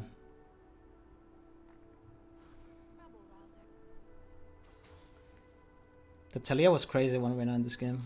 She was ganking every lane, killing every lane.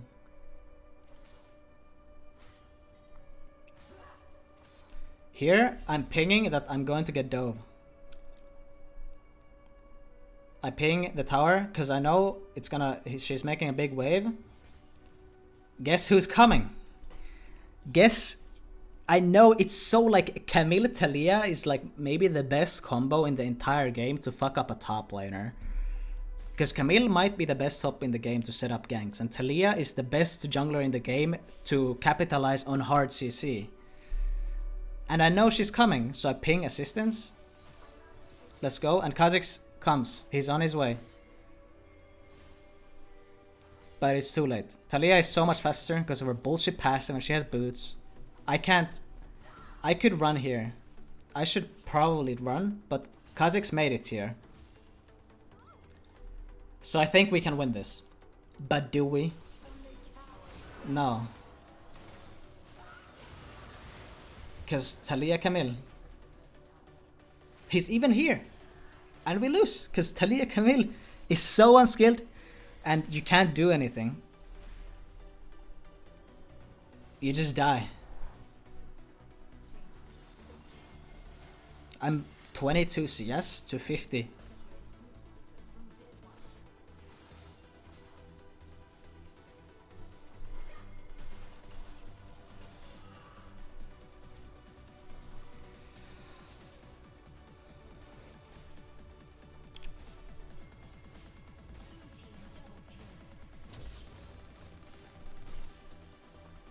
See, right now you're just in damage control. When you get this hard camped, you're just in damage control.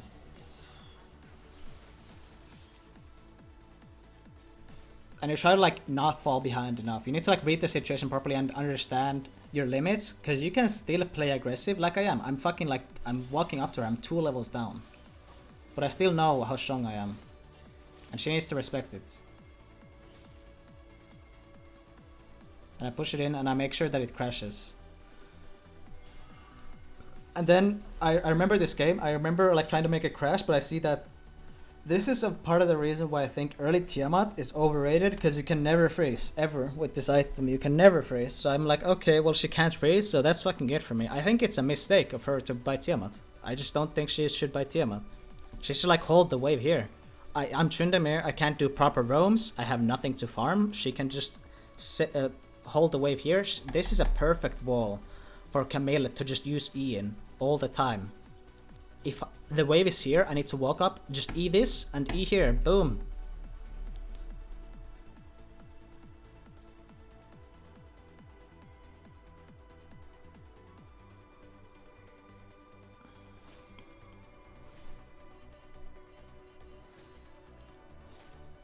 I can't do this.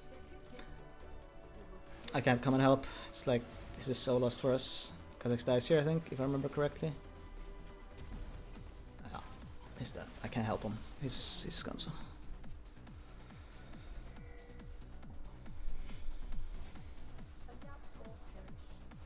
Double my CS. Gets another assist.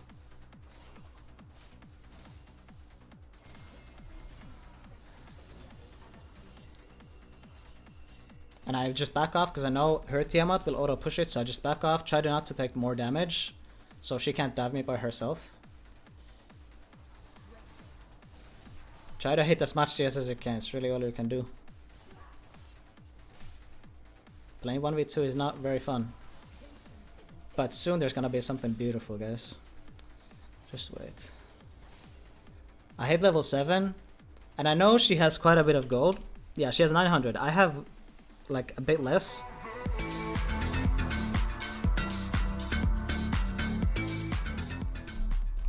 Yo, Nicola, thanks for the 1 year, bro. Welcome back. Thanks for resub, man. Hope you're doing alright at work. Okay. So, we keep going. She has attacked, and look at her items, and she's ahead in items, sure. But these are still comparable items. Because she decided to go Tiamat, which is like... It's very good at pushing waves, but like straight up for a 1v1, like if you just straight up auto attack each other, it's not as good as something else could be. So I know that I can match her. She ease in because she's so ahead. Look, like who wouldn't play aggressive at this point? Fucking slower. Pop ghost, baby. Fucking, it's fucking hammering time. Just fucking run at her. Fucking tempo's going, baby. Even flashes away, solo killed. I don't even flash. Solo killed, double CS down, 0-2. Fucking turbo camped. Don't give a fuck. Still solo killed.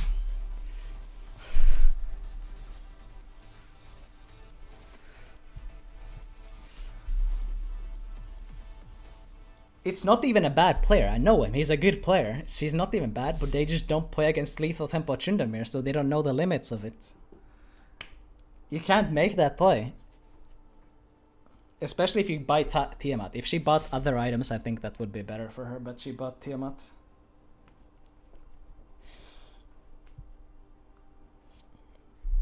But yeah, so many players don't know the like how strong tempo is.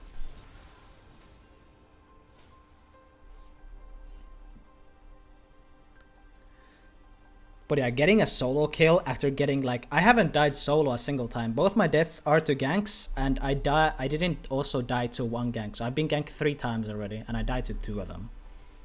And I've lost so many CS because of those deaths. I'm like, she was double CS on me.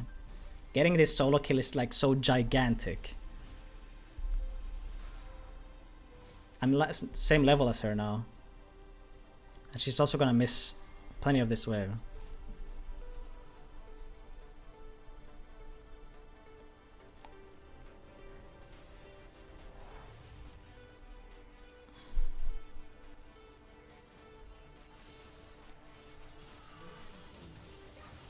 Gigantic solo kill, yes. This is the shit that saves you the game, man. Also, how you use your E under tower is really important because it's your AoE clear. So wait, I'm gonna show you guys what you need to do all the time. I do this shit like every wave almost.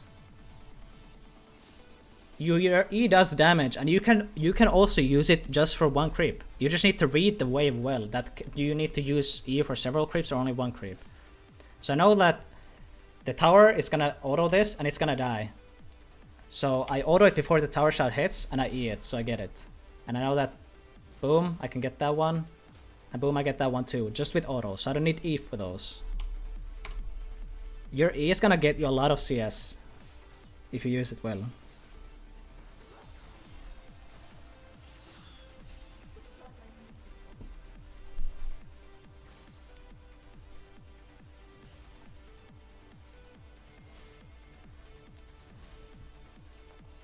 We're still really behind, by the way. Like, I got a solo kill. I made her miss like a lot of CS, but we're still behind in XP. And 30 CS down. And she's 2 assists up too. Because we did get that solo kill.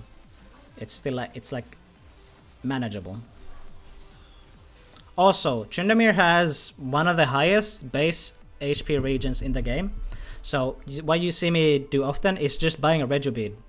For the region, I never buy Tiamat, I just buy Regio bead just for the region if I have 150 extra, because it costs 150 and it sells for 105.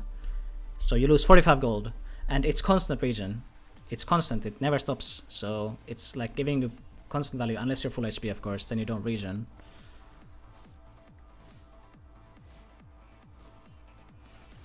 But it's less than 1 HP pot, and it's gonna give you a lot of healing.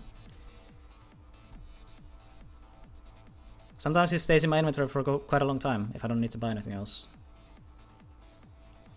Early T2 boots here, it's good against any champion in the game. Because, especially when you run Ghost, attack speed, the more movement speed you have, the higher value attack speed has, because you have movement speed to stick to your opponent, so you actually get value out of your attack speed. So let's say you have 2.5 attack speed, which is max attack speed, but you don't have movement speed, then you're gonna get like one auto off like every second or something, but you can attack 2.5 times per second. But you don't get shit from your attacks or attack speed. No value. Doesn't matter. Because you don't have movement speed, but because you have Ghost and you have movement speed from your boots, you get so much more value from your lethal tempo. So it's always good. And you can see me. Let's go back to solo kill. I'll show you. Will lethal tempo Jax be good? No, extremely overkill is bad. Conqueror is way better. Two very different champions. Jax stacks Conqueror infinitely better than Tryndamere. It's not comparable. Here, I ghost again early. I'm melee range, but I ghost anyway, because as long as I can stick to her, I get value out of my attack speed that I get from my lethal tempo. Look, constant autos off, all the time. She can't escape. So she either out-damages me or tries to kite me. She can't kite me because I have so much movement speed. And if she stays, I out-damage her because I have so much attack speed. Your only chance is to just hope it's not enough. You don't have enough attack speed or you don't have enough movement speed. But because you have Ghost and lethal tempo, you cover both.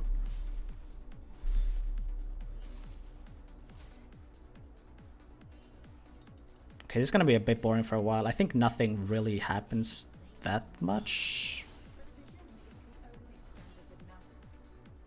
Jax works in any Ela. Jax is like a noob stomper. Jax is like Tryndamere but better.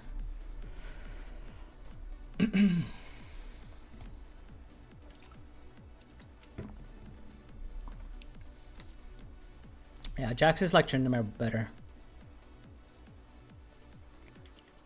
Yes, what Mr. Korea later, Jonas0123 said, buying Ninja Tabi on any champion in the game against Tryndamere, I don't know if it's the best play. On plenty of champs, it's obviously even the best play, but on any champion, it's at least an okay buy, because Ninja Tabi is the hardest counter to this champion in the entire game. Because it gives you movement speed, so it makes it harder for Tryndamere to get autos on you, because you're faster. And Ninja Tabi gives you armor, Tryndamere only deals physical damage, it gives you damage reduction on auto attacks, and Tryndamere only auto attacks. It's perfect. Like, Ninja Tabi makes Tryndamere deal so much less damage to you. It's crazy. She should just go Tabis here. I would not win. I would not get that kill ever. But the thing is I'm really squishy. So people don't even understand this. Tryndamere is very squishy because you only go damage. You're really squishy. The only thing that makes you tanky is literally not being able to die, which is your ulti. That's why you go full damage, because that's what's make you tanky. If you can't die, your tank stats doesn't matter.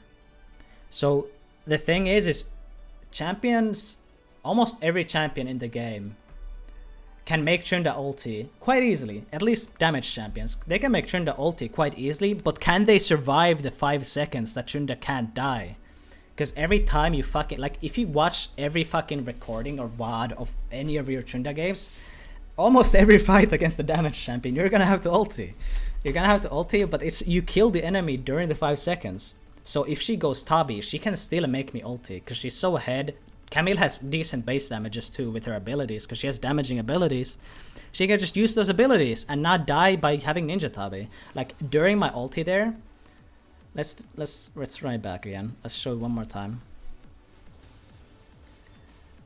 Like right here, she has Ninja Tabis. All this damage I'm doing would be non-existent. She could run away way easier, because she would have more movement speed than me, and she would not take damage. All these 230 crits I'm doing to her deal like fucking 10 damage because of Ninja Tabi.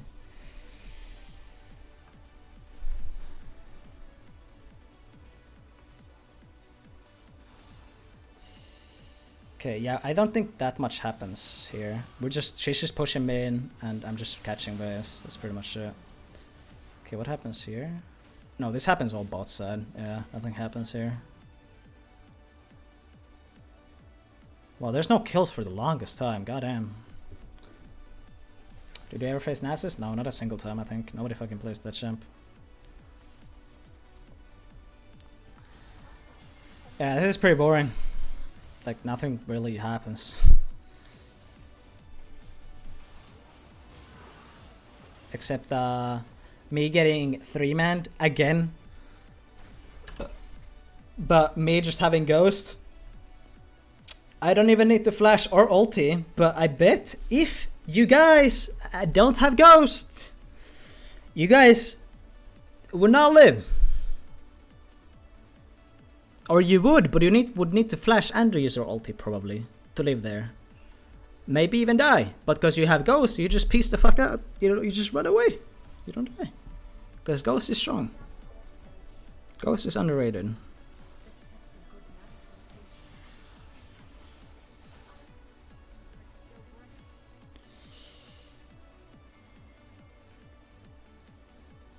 Wait, Camille. Oh yeah, let's show this one. I think they try to dive me. Oh yeah. Because they really know that I'm the best player ever, I guess. So they fucking try to focus me all game.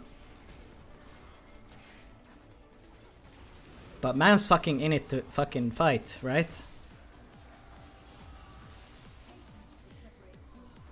I know my team is coming. So I try to bait. And I do bait them. And we get a kill. Boom.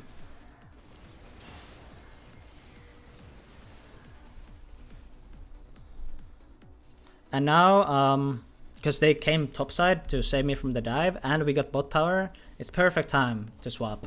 Because it's better for my bot lane, because bot lane obviously pushes towers faster, and my bot lane's like doing pretty good. Even though she's 0-3, she's ahead in CS. They're doing okay. And it's Yarn, and he's like an LCS AD carry, so he knows what he's doing. So it's better for them to go top, and for me to just catch bot waves. This is better.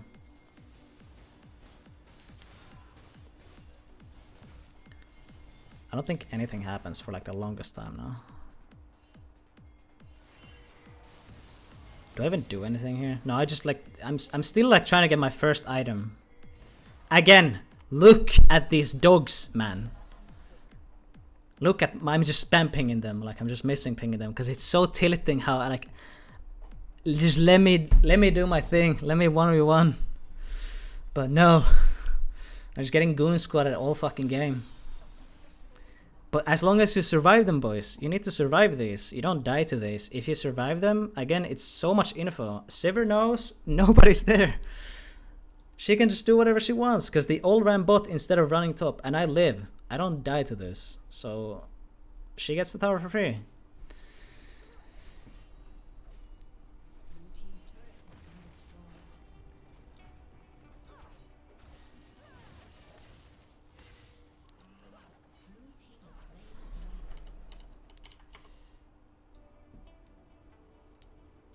Okay.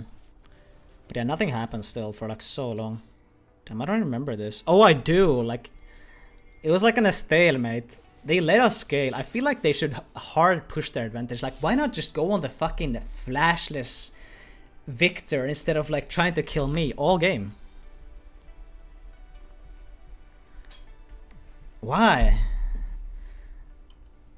Like, they just keep trying to fucking... I took so much pressure this game. This is like, I dealt little, next to nothing. Like, next to no damage this game. But I still did so much work. Because they keep trying to pressure me all game. Here I know she's alone. Because I see a vision there top side. So I try to all in instantly. And I make her flash. I use both my sums there, so she actually comes out on top of that. But she played that well. She kited me well. But I think it's like whatever. It's like okay, I guess. But she actually comes out on top. Because I use both my sums.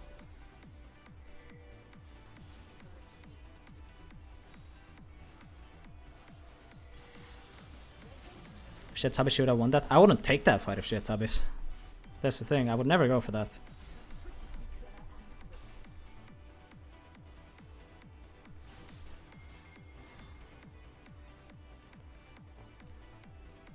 Tryndamere, this champ is shit. It's shit champ, man. Compared to other tops, it's a bad champ. That's just how it is. You need to do like... I feel like you need to do so much work on this champ to make it work. It's like if you compare fucking Tryndamere to Camille, dude. As champions.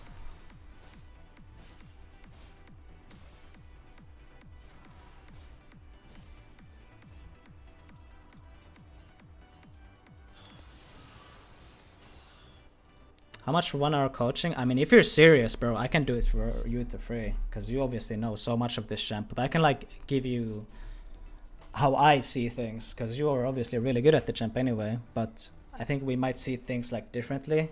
So maybe some things that I do can help you or something. But I can do it for free for you if you want me to like talk to you about stuff.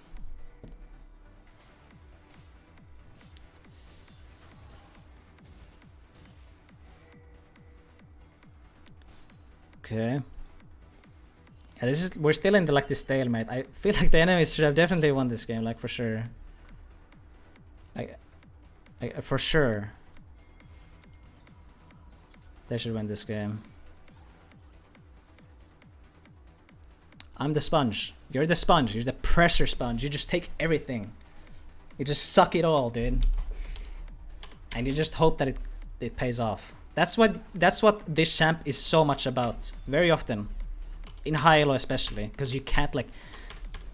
It's hard to make plays on such a one-dimensional champion against challenger players.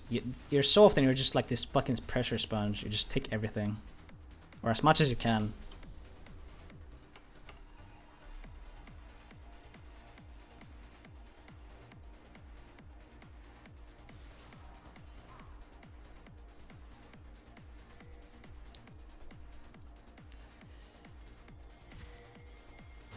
Here's the 5 med.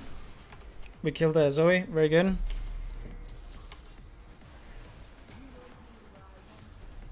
How does this fight even go? I don't remember this. By the way, especially when you're behind, Tryndamere W.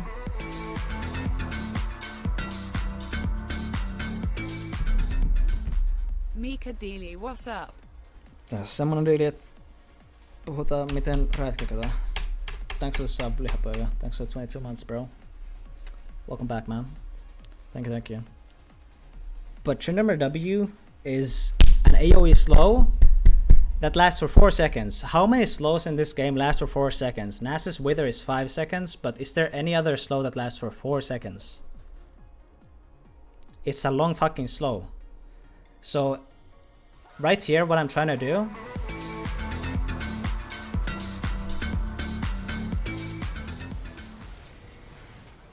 The Cheeser one, thanks for Twitch Prime, bro. Welcome. What I'm trying to do is I E into range and I W. If they were like, I need to just cast it instantly.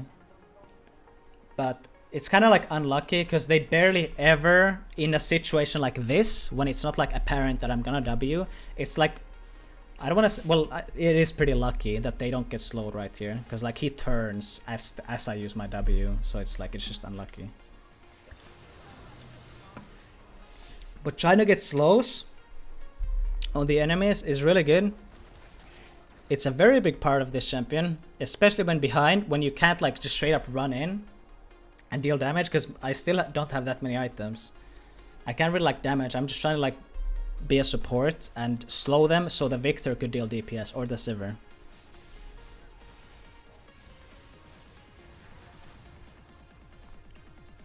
Again, look how long this shit lasts. He's still slowed, still slowed. Now it stops. It's such a long slow. Hitting it is very big.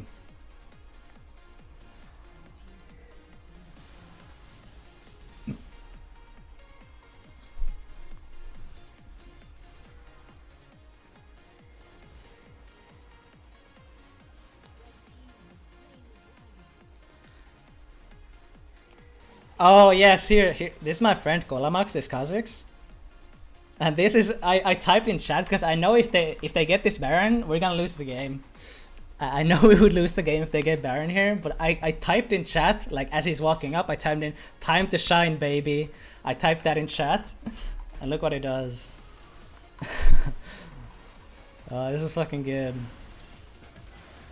Yes, let's go. Does he get away too? I don't remember. I think he does. Yeah, he does. I fucking got the Baron, didn't save the game. Guys, if we lose that Nash, we fucking lose for sure.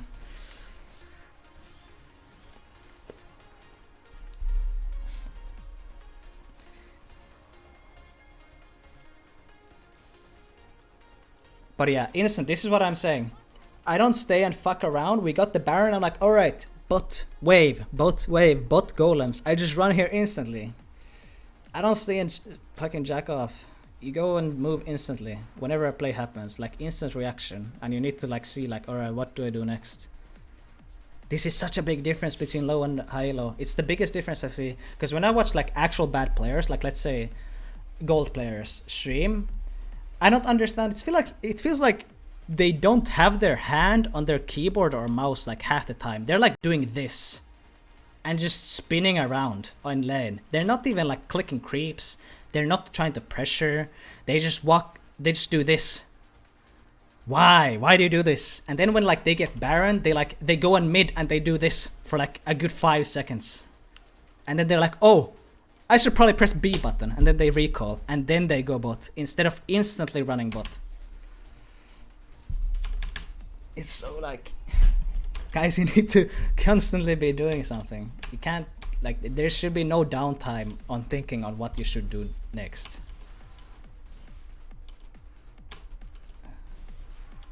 Just do it.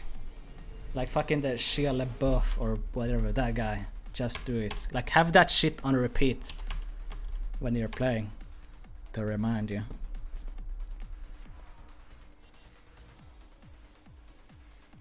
But yeah, this comp is really hard, by the way, to play against a Tryndamere. Really fucking hard. Camille is really good against Tryndamere in late. Even in lane. In early game, she's good. On side lane, I would probably win now. Probably. Because I think Tryndamere outscales Camille on side lane, as long as you hit W. But a late game, she shuts Trynda off in teamfights so fucking hard. I fucking hate Camille. She's so like... And this is a good player too. So like at this point, I'm really thinking that I can't do much. Leah is gonna make me insta-ulti. Ezreal has like 70 billion armor from a very balanced item that is core on an AD carry for some reason. It's really balanced that he can go Iceborne. They have Thresh, Zoe. They have so much to shut me down. I can't properly teamfight, and I know this. That's why I constantly keep looking for side wave. So, because if I can make Camille match me on side, that's worth. If I can make my team get a 4v4, that's worth for us, because Camille is so much more useful than me.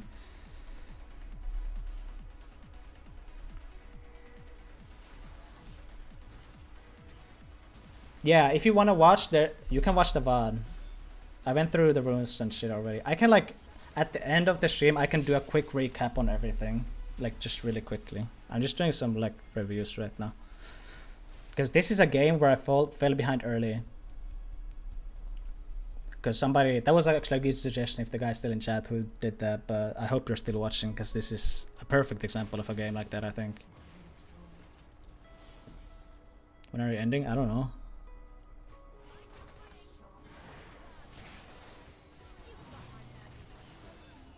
But it's RNG. Yes, of course. League is a team game, bro. What? But what else do you have? Like, realistically, that's the best play you can make. You always need to just look for the best play you can make. You don't ever know that some play will always work. It's just like maximizing the likelihood of it working. Because making it 4v4, it's RNG. Whenever you queue up for a league game, it's RNG. Is your team gonna lose? Is your team gonna win? What champs are the enemies gonna pick? This game is a lot about not you, but it's everything you can do is just your best. And the best play here is to just try and make it 4v4. That's the best play. That's the best, the most pressure, the best thing I can provide for my team is try and make it 4v4.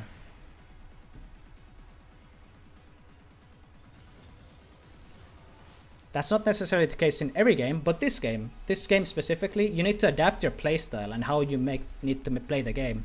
This game, trying to make it 4v4 would be the best.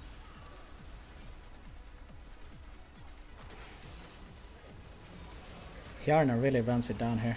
This reminds me of LCS. I think he did this in week 1 or week 2. Excel was pushing here and Hjarna just walked up like right here and he just dies, and that kind of throws the game. So I kind of did it again. Except this isn't LEC, it's solo queue, but still.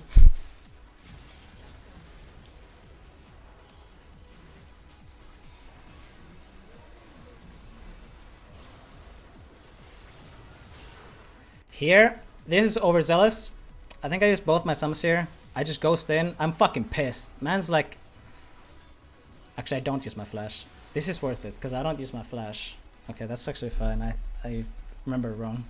But I was so bored, because I got like... I didn't die solo a single time this game. I just got like perma-ganked this game. I was pissed. I was looking out for some blood, dude. And I fucking killed her, so... I got a peace of mind from that I got the fight. Feels good, man. The timing of the E, yep. Perfect. Oh, by the way, what I've started doing is timing sums. Extremely important. Like, I would type this, because I ping her flash. Let's say she would flash at 30:45. She didn't flash 30:45. She probably flashed earlier, but this is just now when I pinged, because yeah, here he pinged it earlier. But like, let's say she flashed 30 or 25:20 or something. I would just type this. Or something like this. Anything works.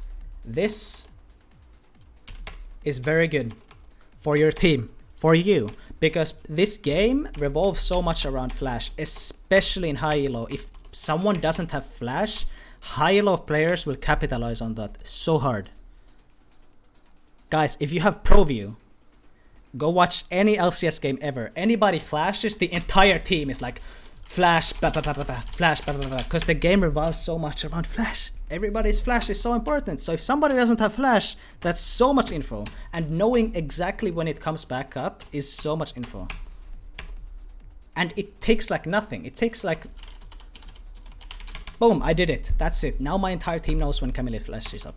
Very fucking good to do this. And I love everybody that does this in solo queue. If you do that in solo queue, you're fucking... Dude, you're so nice. Because you're helping your team out so much too. Not only yourself.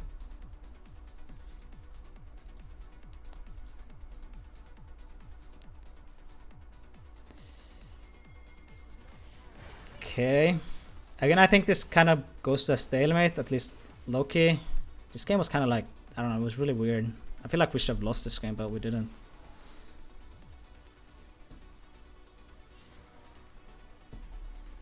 That title got me offended. Good, use that anger to get better. Stop sucking.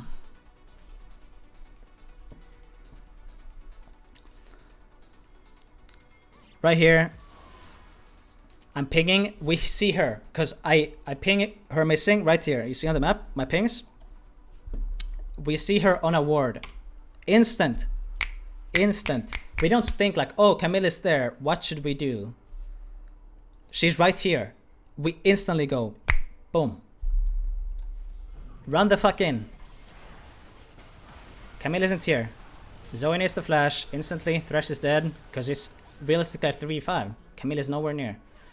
And again, the Camille is so strong that she's more important than Victor. Victor isn't here either, but if Camille isn't here, it's still worth for us.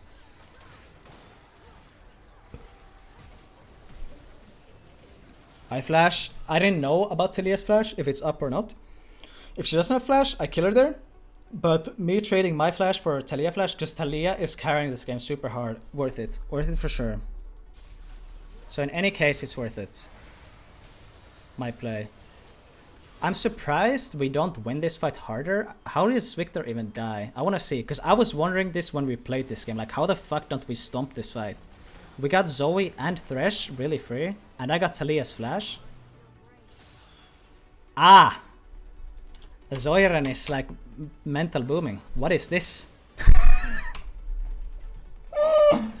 What the fuck? What is this play? Okay, so that's not how you play Victor in a team fight.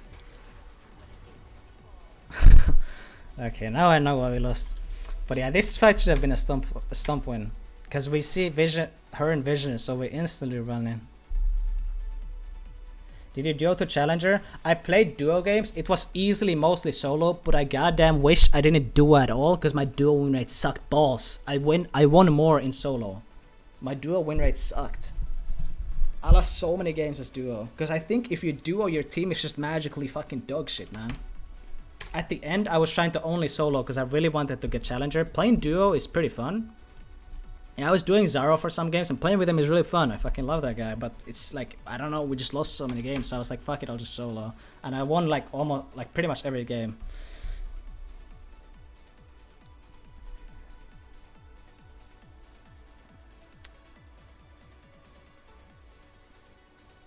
Yeah, I don't know, soloing was just, I don't know, it was better.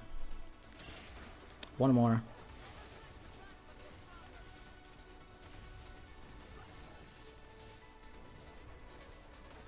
Impossible to lose in duo? Yeah, because when I was playing in like D1 elo, and if you duo in D1 with a jungler, it is really impossible to lose. If you get into Challenger, everybody's really good. Or not everybody, because it's this season. But there's so many good players, so just having a duo is not enough to like easily win the game.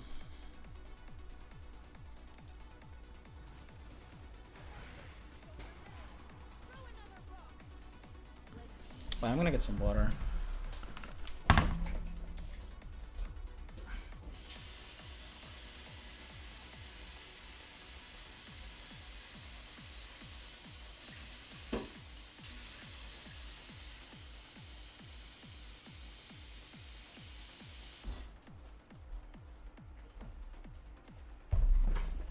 Oh, that's fucking better. Fucking H2O, baby. Okay.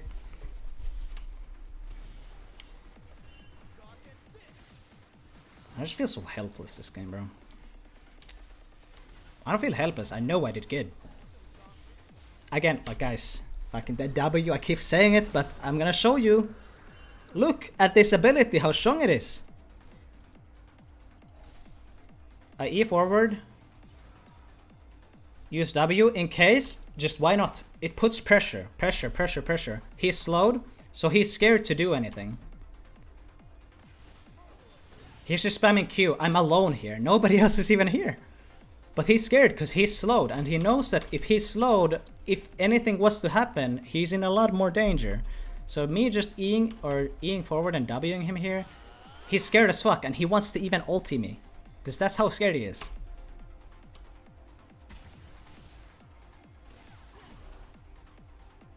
I bet he wouldn't ulti unless I do that. I pretty much just got an Ezreal ulti with Trinda E and W.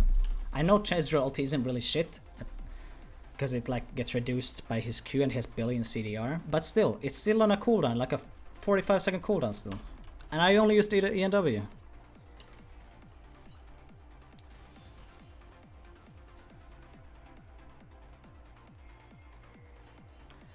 I think Yarnan walks in. This is so obvious to me how we don't have vision on any of them. We actually, I think we saw them walk into our jungle, but we don't actually have vision. We actually saw them walk in, I think. And Yarn is like, oh yeah, let's just, you know what, let's just walk in and die. Okay, let's just do that. Really, really bad play.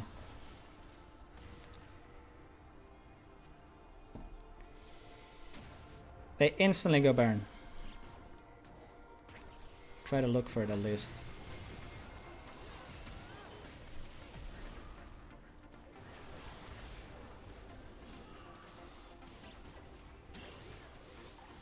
That's the last kill participation I get this game. And the game lasts for, it's 29 minutes. It lasts for 4 more minutes and I don't get a single more kill participation in this game. But the ending of this game is sweet. See, I can't do anything. I could run in, but what the fuck can I do? Nothing. My team's just running it down.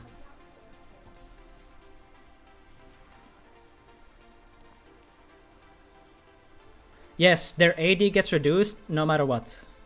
The AD reduction will always come, but the slow won't.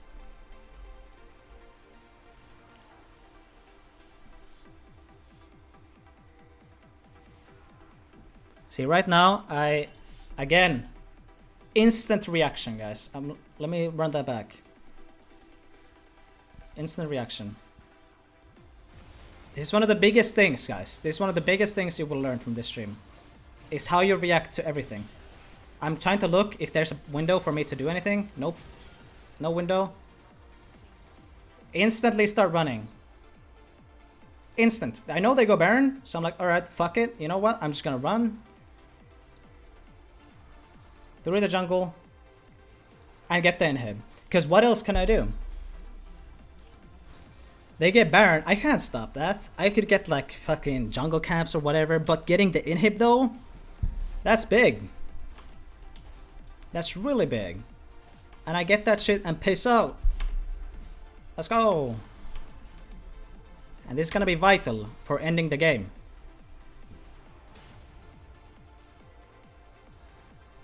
You're gonna see how the game ends. Okay, enjoy your shower, Cozy. Thanks for watching, bro. Okay. Just take jungle camps and then reset. Take everything you can and then reset. You win this? Yeah.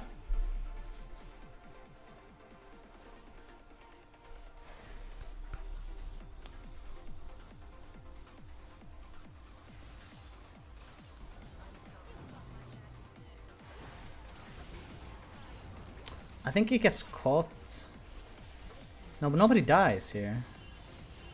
Oh no, it wasn't this. Yeah, it was earlier. Yeah, never mind. Never mind.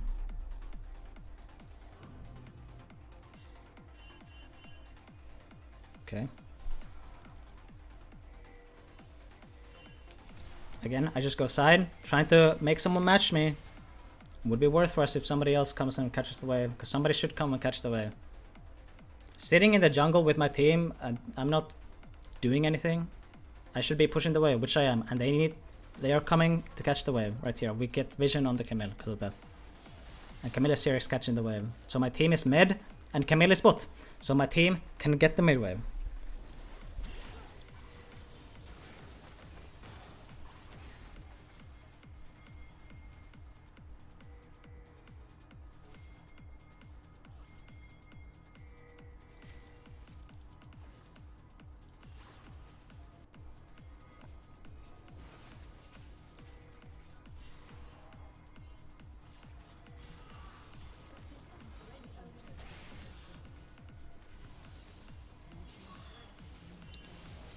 Here's the last fight. Okay, how do I play this? What can I do? Like in this situation, this is like the worst situation. Their team is really good into me. They're all clumped up, so if I E in, I'm just gonna get like fucking CC to death. So what happens? Talia is dead, Kha'Zix gets a pick on Talia, but Kha'Zix dies, okay? I try to see if there's an opening for me to do anything. But not really. I can't chase them. I read the situation and I ping for assistance. And what I mean by this is I see midwave, I look at the minimap while we're fighting, I take a quick glance at the minimap and I realize that I took the inhib earlier. I took the inhib and we have supers pushing because of that inhib that I took. So instant reaction again. I'm on the way, I'm gonna go mid and I'm gonna end the fucking game. All you guys have to do, Ezreal's Baron just ended. No fast recalls. All you have to do is 3v3. All they have to do is stop their backs. And I'm gonna end the game. And guess what I do?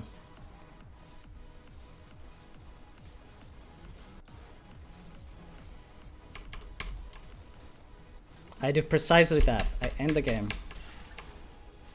Because of the inhib that I took, capitalizing on the mistake of my teammates. And I end the game.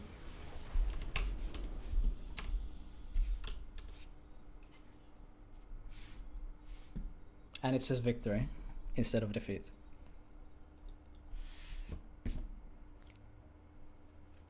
Only reason for this stream was to show this game.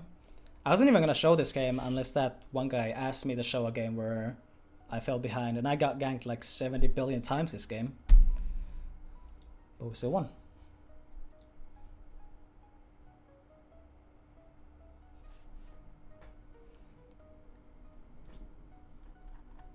Why build Trinity? Gives you CDR, attack speed, which you don't have that much because you don't go Shiva item. Makes you hit hard. With Sheen proc, your E auto is gonna hit even harder because you have Sheen proc and you have 2 massive AD items with a lot of crit. You also have Phage for more movement speed, which makes up for also not having a Shiva item because you don't have percentage movement speed. Or you do from Triforce, it gives you percentage movement speed, but it also gives you Phage movement speed. Planning to play a game? No, I don't think so.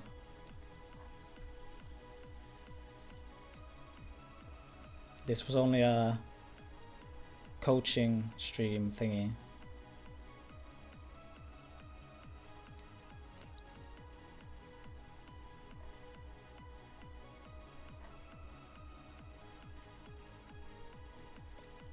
Did I miss something? Is there something you got? Like, if you want to ask anything, just ask now.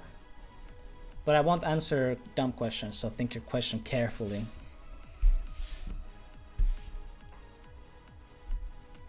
Challenger Tryndamere only? Yes. This is Tryndamere only. What is your full build like? It's situational. You can go look at the start of this video or this VOD. At the end of the stream, you can go look at... I talk about the build then. I can actually talk about it now again. I guess like really quickly. Are traps gay? Yes.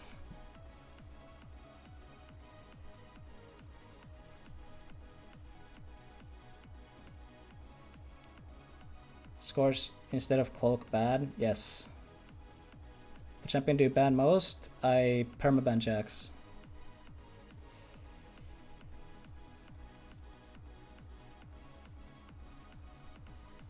Grasp Jax is viable, yeah. No, it just situationally freeze. You need to look for opportunities on how you can advance your lead. Doesn't always need to be freezing.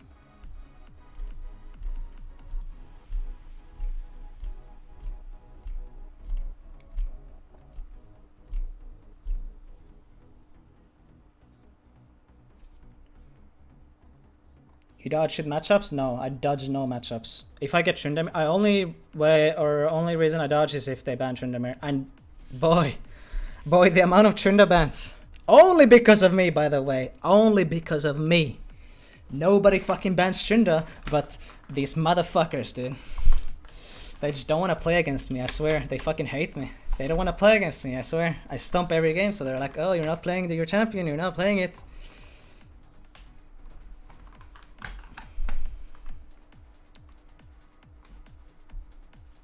Adrenaline versus Tom Kendrick Cannon.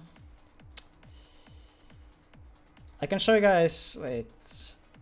Here I play against Venter Cannon. You guys want to see this? I can like show you guys more if there's something better here too. I showed like 2 games. I can show this, yeah. Because Cannon is really hard and it's like maybe even the most popular counter pick, I think.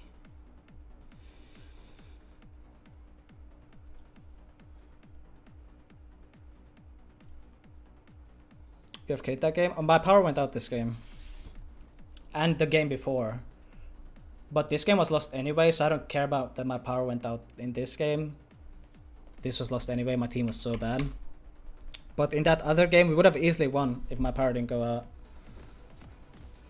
Okay. Did all games solo? No. And I didn't start from unranked. My win rate would be higher. My win rate would be higher if I started from unranked fresh. This was like a random troll account that I had. And I started playing on it from like plat like 2 weeks ago or something. And I duoed some games, but I kind of wish I didn't because my duo win rate was kind of bad. It's mostly solo, this account for sure. Most of the games are solo. And I wish it was fully solo. I should have fully soloed, I think.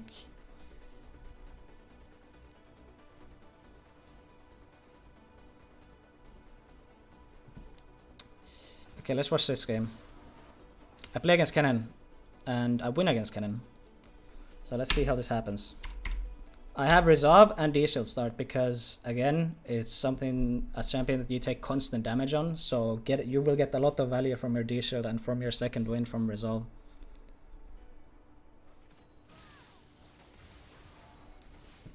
He uses E like that, so I spin in. He has nothing to escape me with. Level 1, he can't stun you because he won't get enough stacks.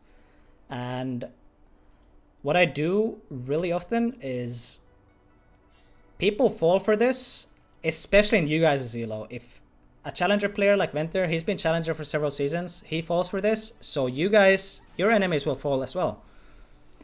3 melee minions low. How do I get all of these minions? I mean, it should be obvious, right? But it's not, because people fall for it. I wish I'd play a Cannon like this. You do. You don't play against better Cannons than him.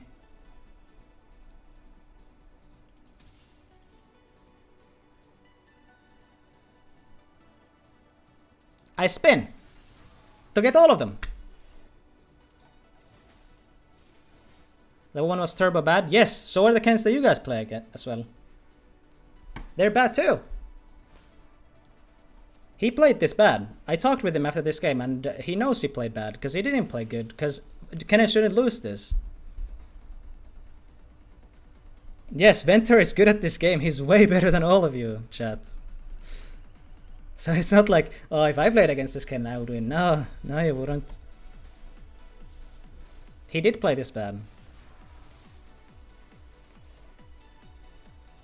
I'm just trying to trade because I've said this even before in streams. Getting even trades or even slightly losing trades is worth it because you have regen and you have your most broken part about Tryndamere's Bloodlust. It's infinite sustain. It's such a broken ability, man. And even if you lose a trade, you just press Q. The enemy doesn't have sustain, but you do.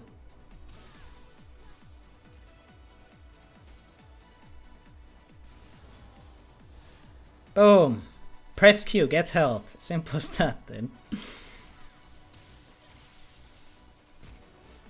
I'm making flash. Trading flash is worth it because I have ghost.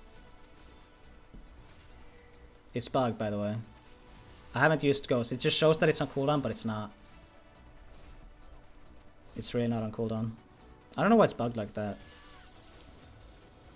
But yeah, he's really low because I've done trades. And I've just used my Q. He doesn't have Bloodlust as cannon. So I've just used my Q.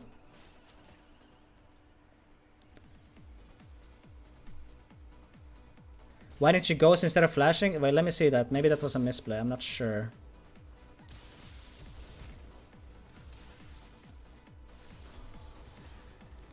I don't know about the distance. Can I cover enough distance? No, he was pretty far. So even if I Ghost, I think he can walk away. I'm not sure though. Let me see that again.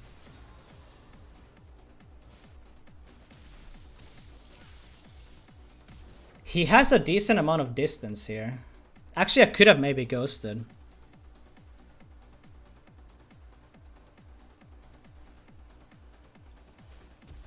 Yeah, that's actually might be a display. I'm not sure, but I think in any case this is still a fine play, but I could have maybe Ghosted. Okay, so I push in.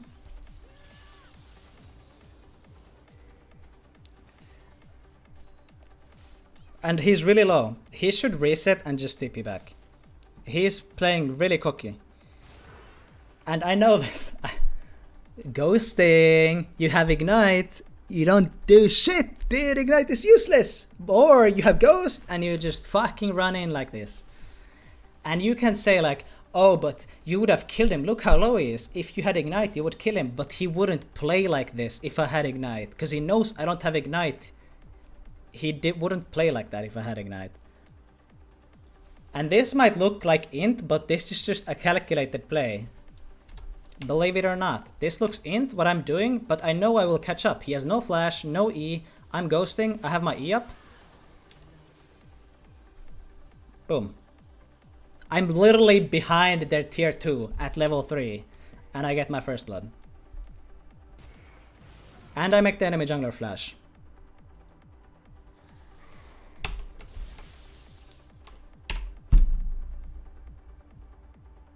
Calculated play. It is. I knew I would live there. He has nothing to escape me with.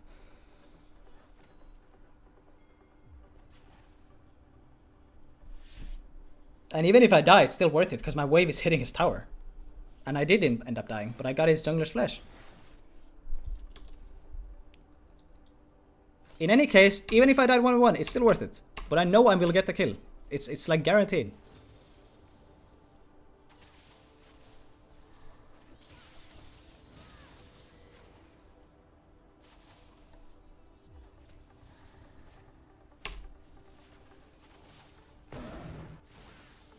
I know he doesn't have flash.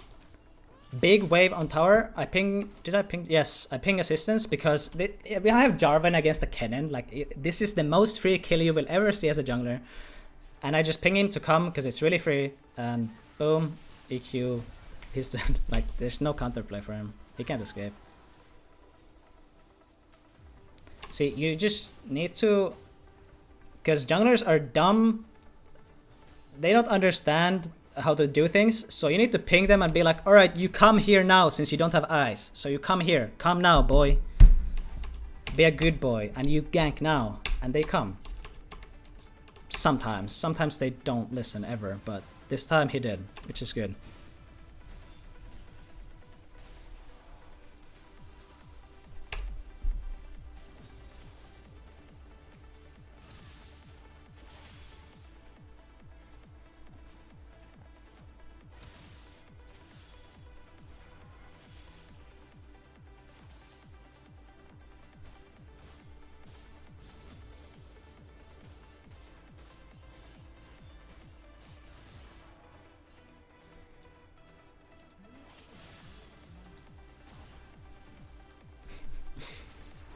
Again, I will keep fucking trying to sell a ghost till the day I die. W. Fucking ghosting. He can't escape. No flash. Dive that shit, dude.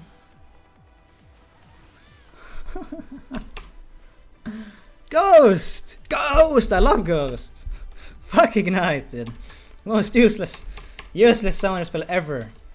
Fucking Ghost.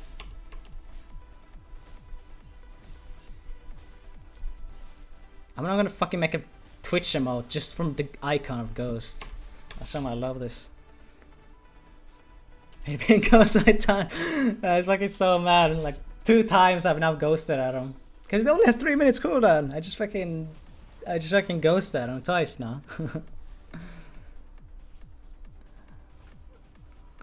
Oh, it's so good.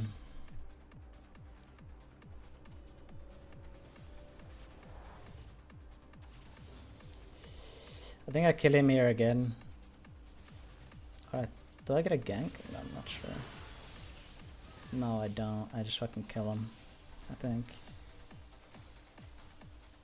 Again, because Kennen is still Kennen, and he will get prio on you, like really easily, even if you're ahead.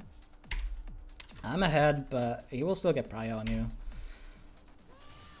Again, but he doesn't respect. Ghosting! Oh, he has flash even. I don't have flash.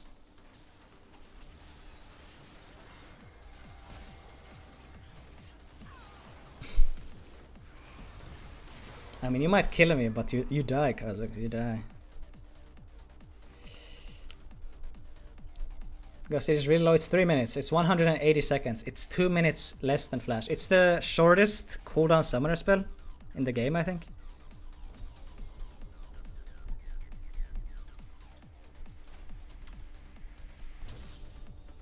But yeah, nothing really happens after this game.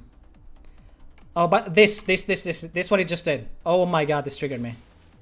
Watch. After we do this fight, look at my wave. It's totally fine. This wave is fine. I will make it back in time to fix this wave. But what he does, he's walking away already. Look what he does. Now this should be instant permaban, in my opinion. Like, he should just not be allowed to play this game. He gets a freeze. Wave is perfectly frozen.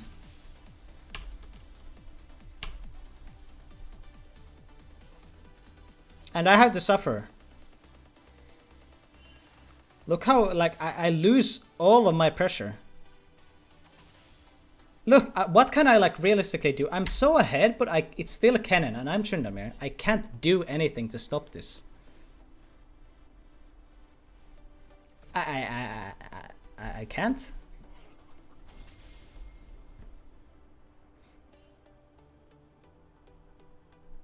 I just can't.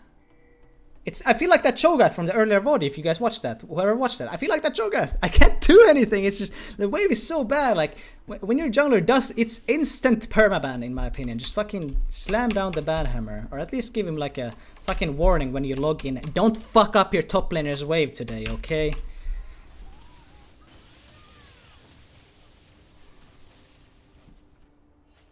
I fixed the wave. I'm like, alright, fuck this. I'm just gonna brute force the wave. Look what happens. I need to fucking ulti and get under my tower, and he kills me. Because I stay under tower thinking I can survive, but he kills me under tower here. I just die. But yeah, this game, my team is like, they weren't trying. This Aurelia entire game was like typing like this. Oh guys, let's FF. Yeah, but can we go next? Like shit like this. Like, it's so shit player. He lost against Vel'Koz as Aurelia and he's crying all game. This game was for sure lost. Where did I DC? Because my power went out this game.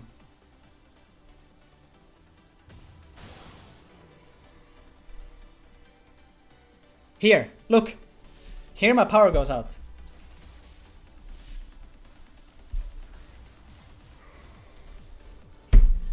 And this is when I go on Twitter and tweet, look.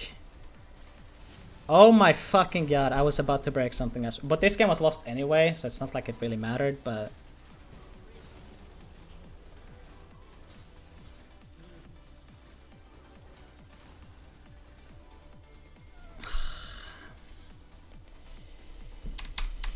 Yeah, because jungler fuck wave. Yes, it's 100% because of that. But this game was lost anyway, so it doesn't matter. But yeah, that's how you get an advantage or you win lane against Kennen. Your team can still enter and you're probably gonna lose the game, but you know.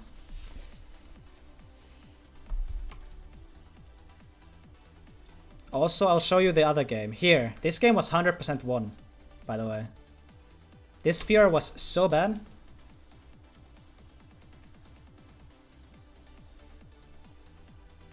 I lane against this Ignite Fear. She was so like Hail of Blades.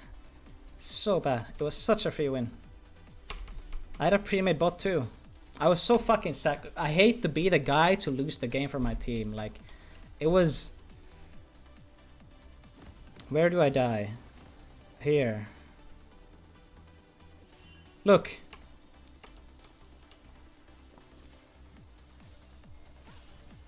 Here.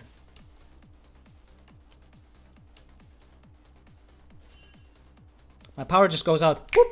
It was like a power or what's it called when your power goes out for like 1 second and then it comes back instantly. It's a long enough time to make your PC shut down, but not everything in your like apartment even shuts down. That's how short it is, the power outage. What's that called? I don't know. It has like a term. Look.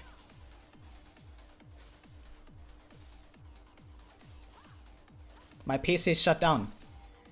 Surge. Whatever. Power surge. Yes. This happened. And when do I come back? Nope. I'm still AFK.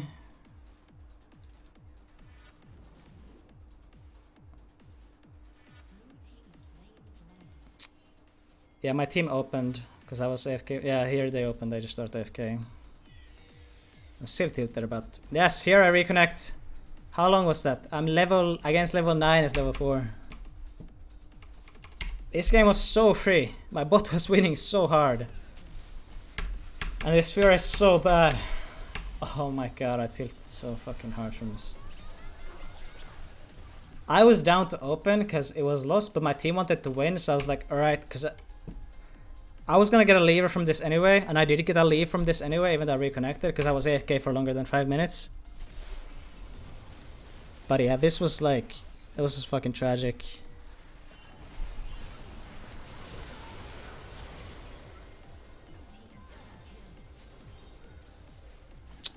Oh, okay, I don't want to watch this anymore. But yeah, I lost this game purely because of that.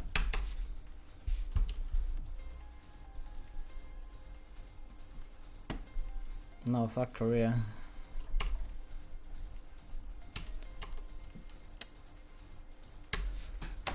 Okay. Have I covered everything? I think I have. Pretty much. Let's say.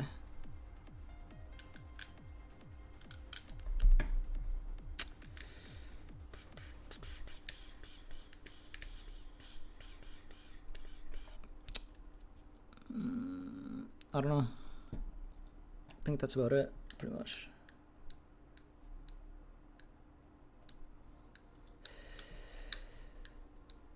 Did you talk about runes at the beginning? Yeah. If you wanna like, I talked about my runes and my build in the start of this stream.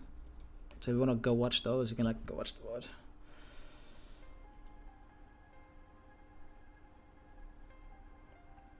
VOD. But yeah. If you missed anything, I covered pretty much everything, I think. I didn't really cover... I did cover matchups at least like runes-wise, but I didn't talk about like what to exactly do in matchups. But that's like very situational. I need to go so in depth anyway regarding those things. And I might do that like at some point, but not today.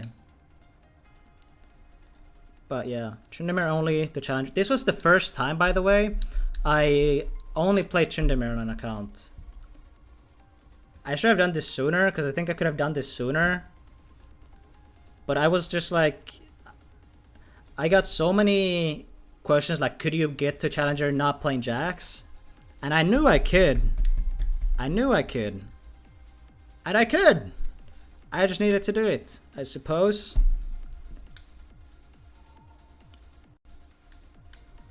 But yeah, here it is.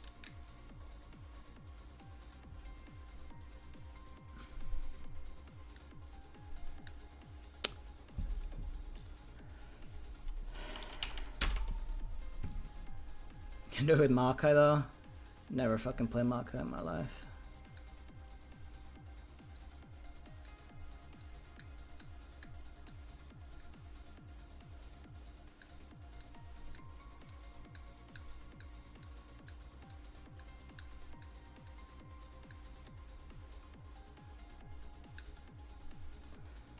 Okay. Rakan not background, not account. I don't have Rakan. Next cutest thing is Nunu. So I have Nunu. Try with Jace, bro. Bet you couldn't. Probably not. I would need to practice. I probably suck at Jace. Only time I don't think I've ever played Jace in a Summoner's Rift game. I've only played him in Era. Rakan to Challenger. I mean, yesterday I played 3 normal games as Rakan, and I got MVP according to OPGG on all of those games. So I'm basically Master Rakan. So you know, maybe I'll reroll to support.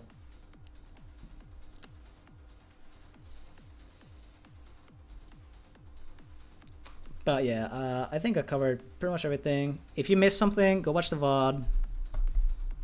I explain runes, items, shit like that. And I covered 2 or 3 VODs. Like 3, I think. That's pretty good. Alright. I'm not gonna play. I'm just gonna chill, I think. I've never played this much League. I played like 6 to 10 games every day for like over a week or like a week. I think over a week. Bro, I don't know how people do this. 6 to 10 games a day for like a week straight. Oh my god. I want to chill a bit, dude. Like play some normal games or something. Fuck it. Okay. I'll catch you guys next time. Thanks a lot for watching. If you missed anything, go watch the VOD, okay?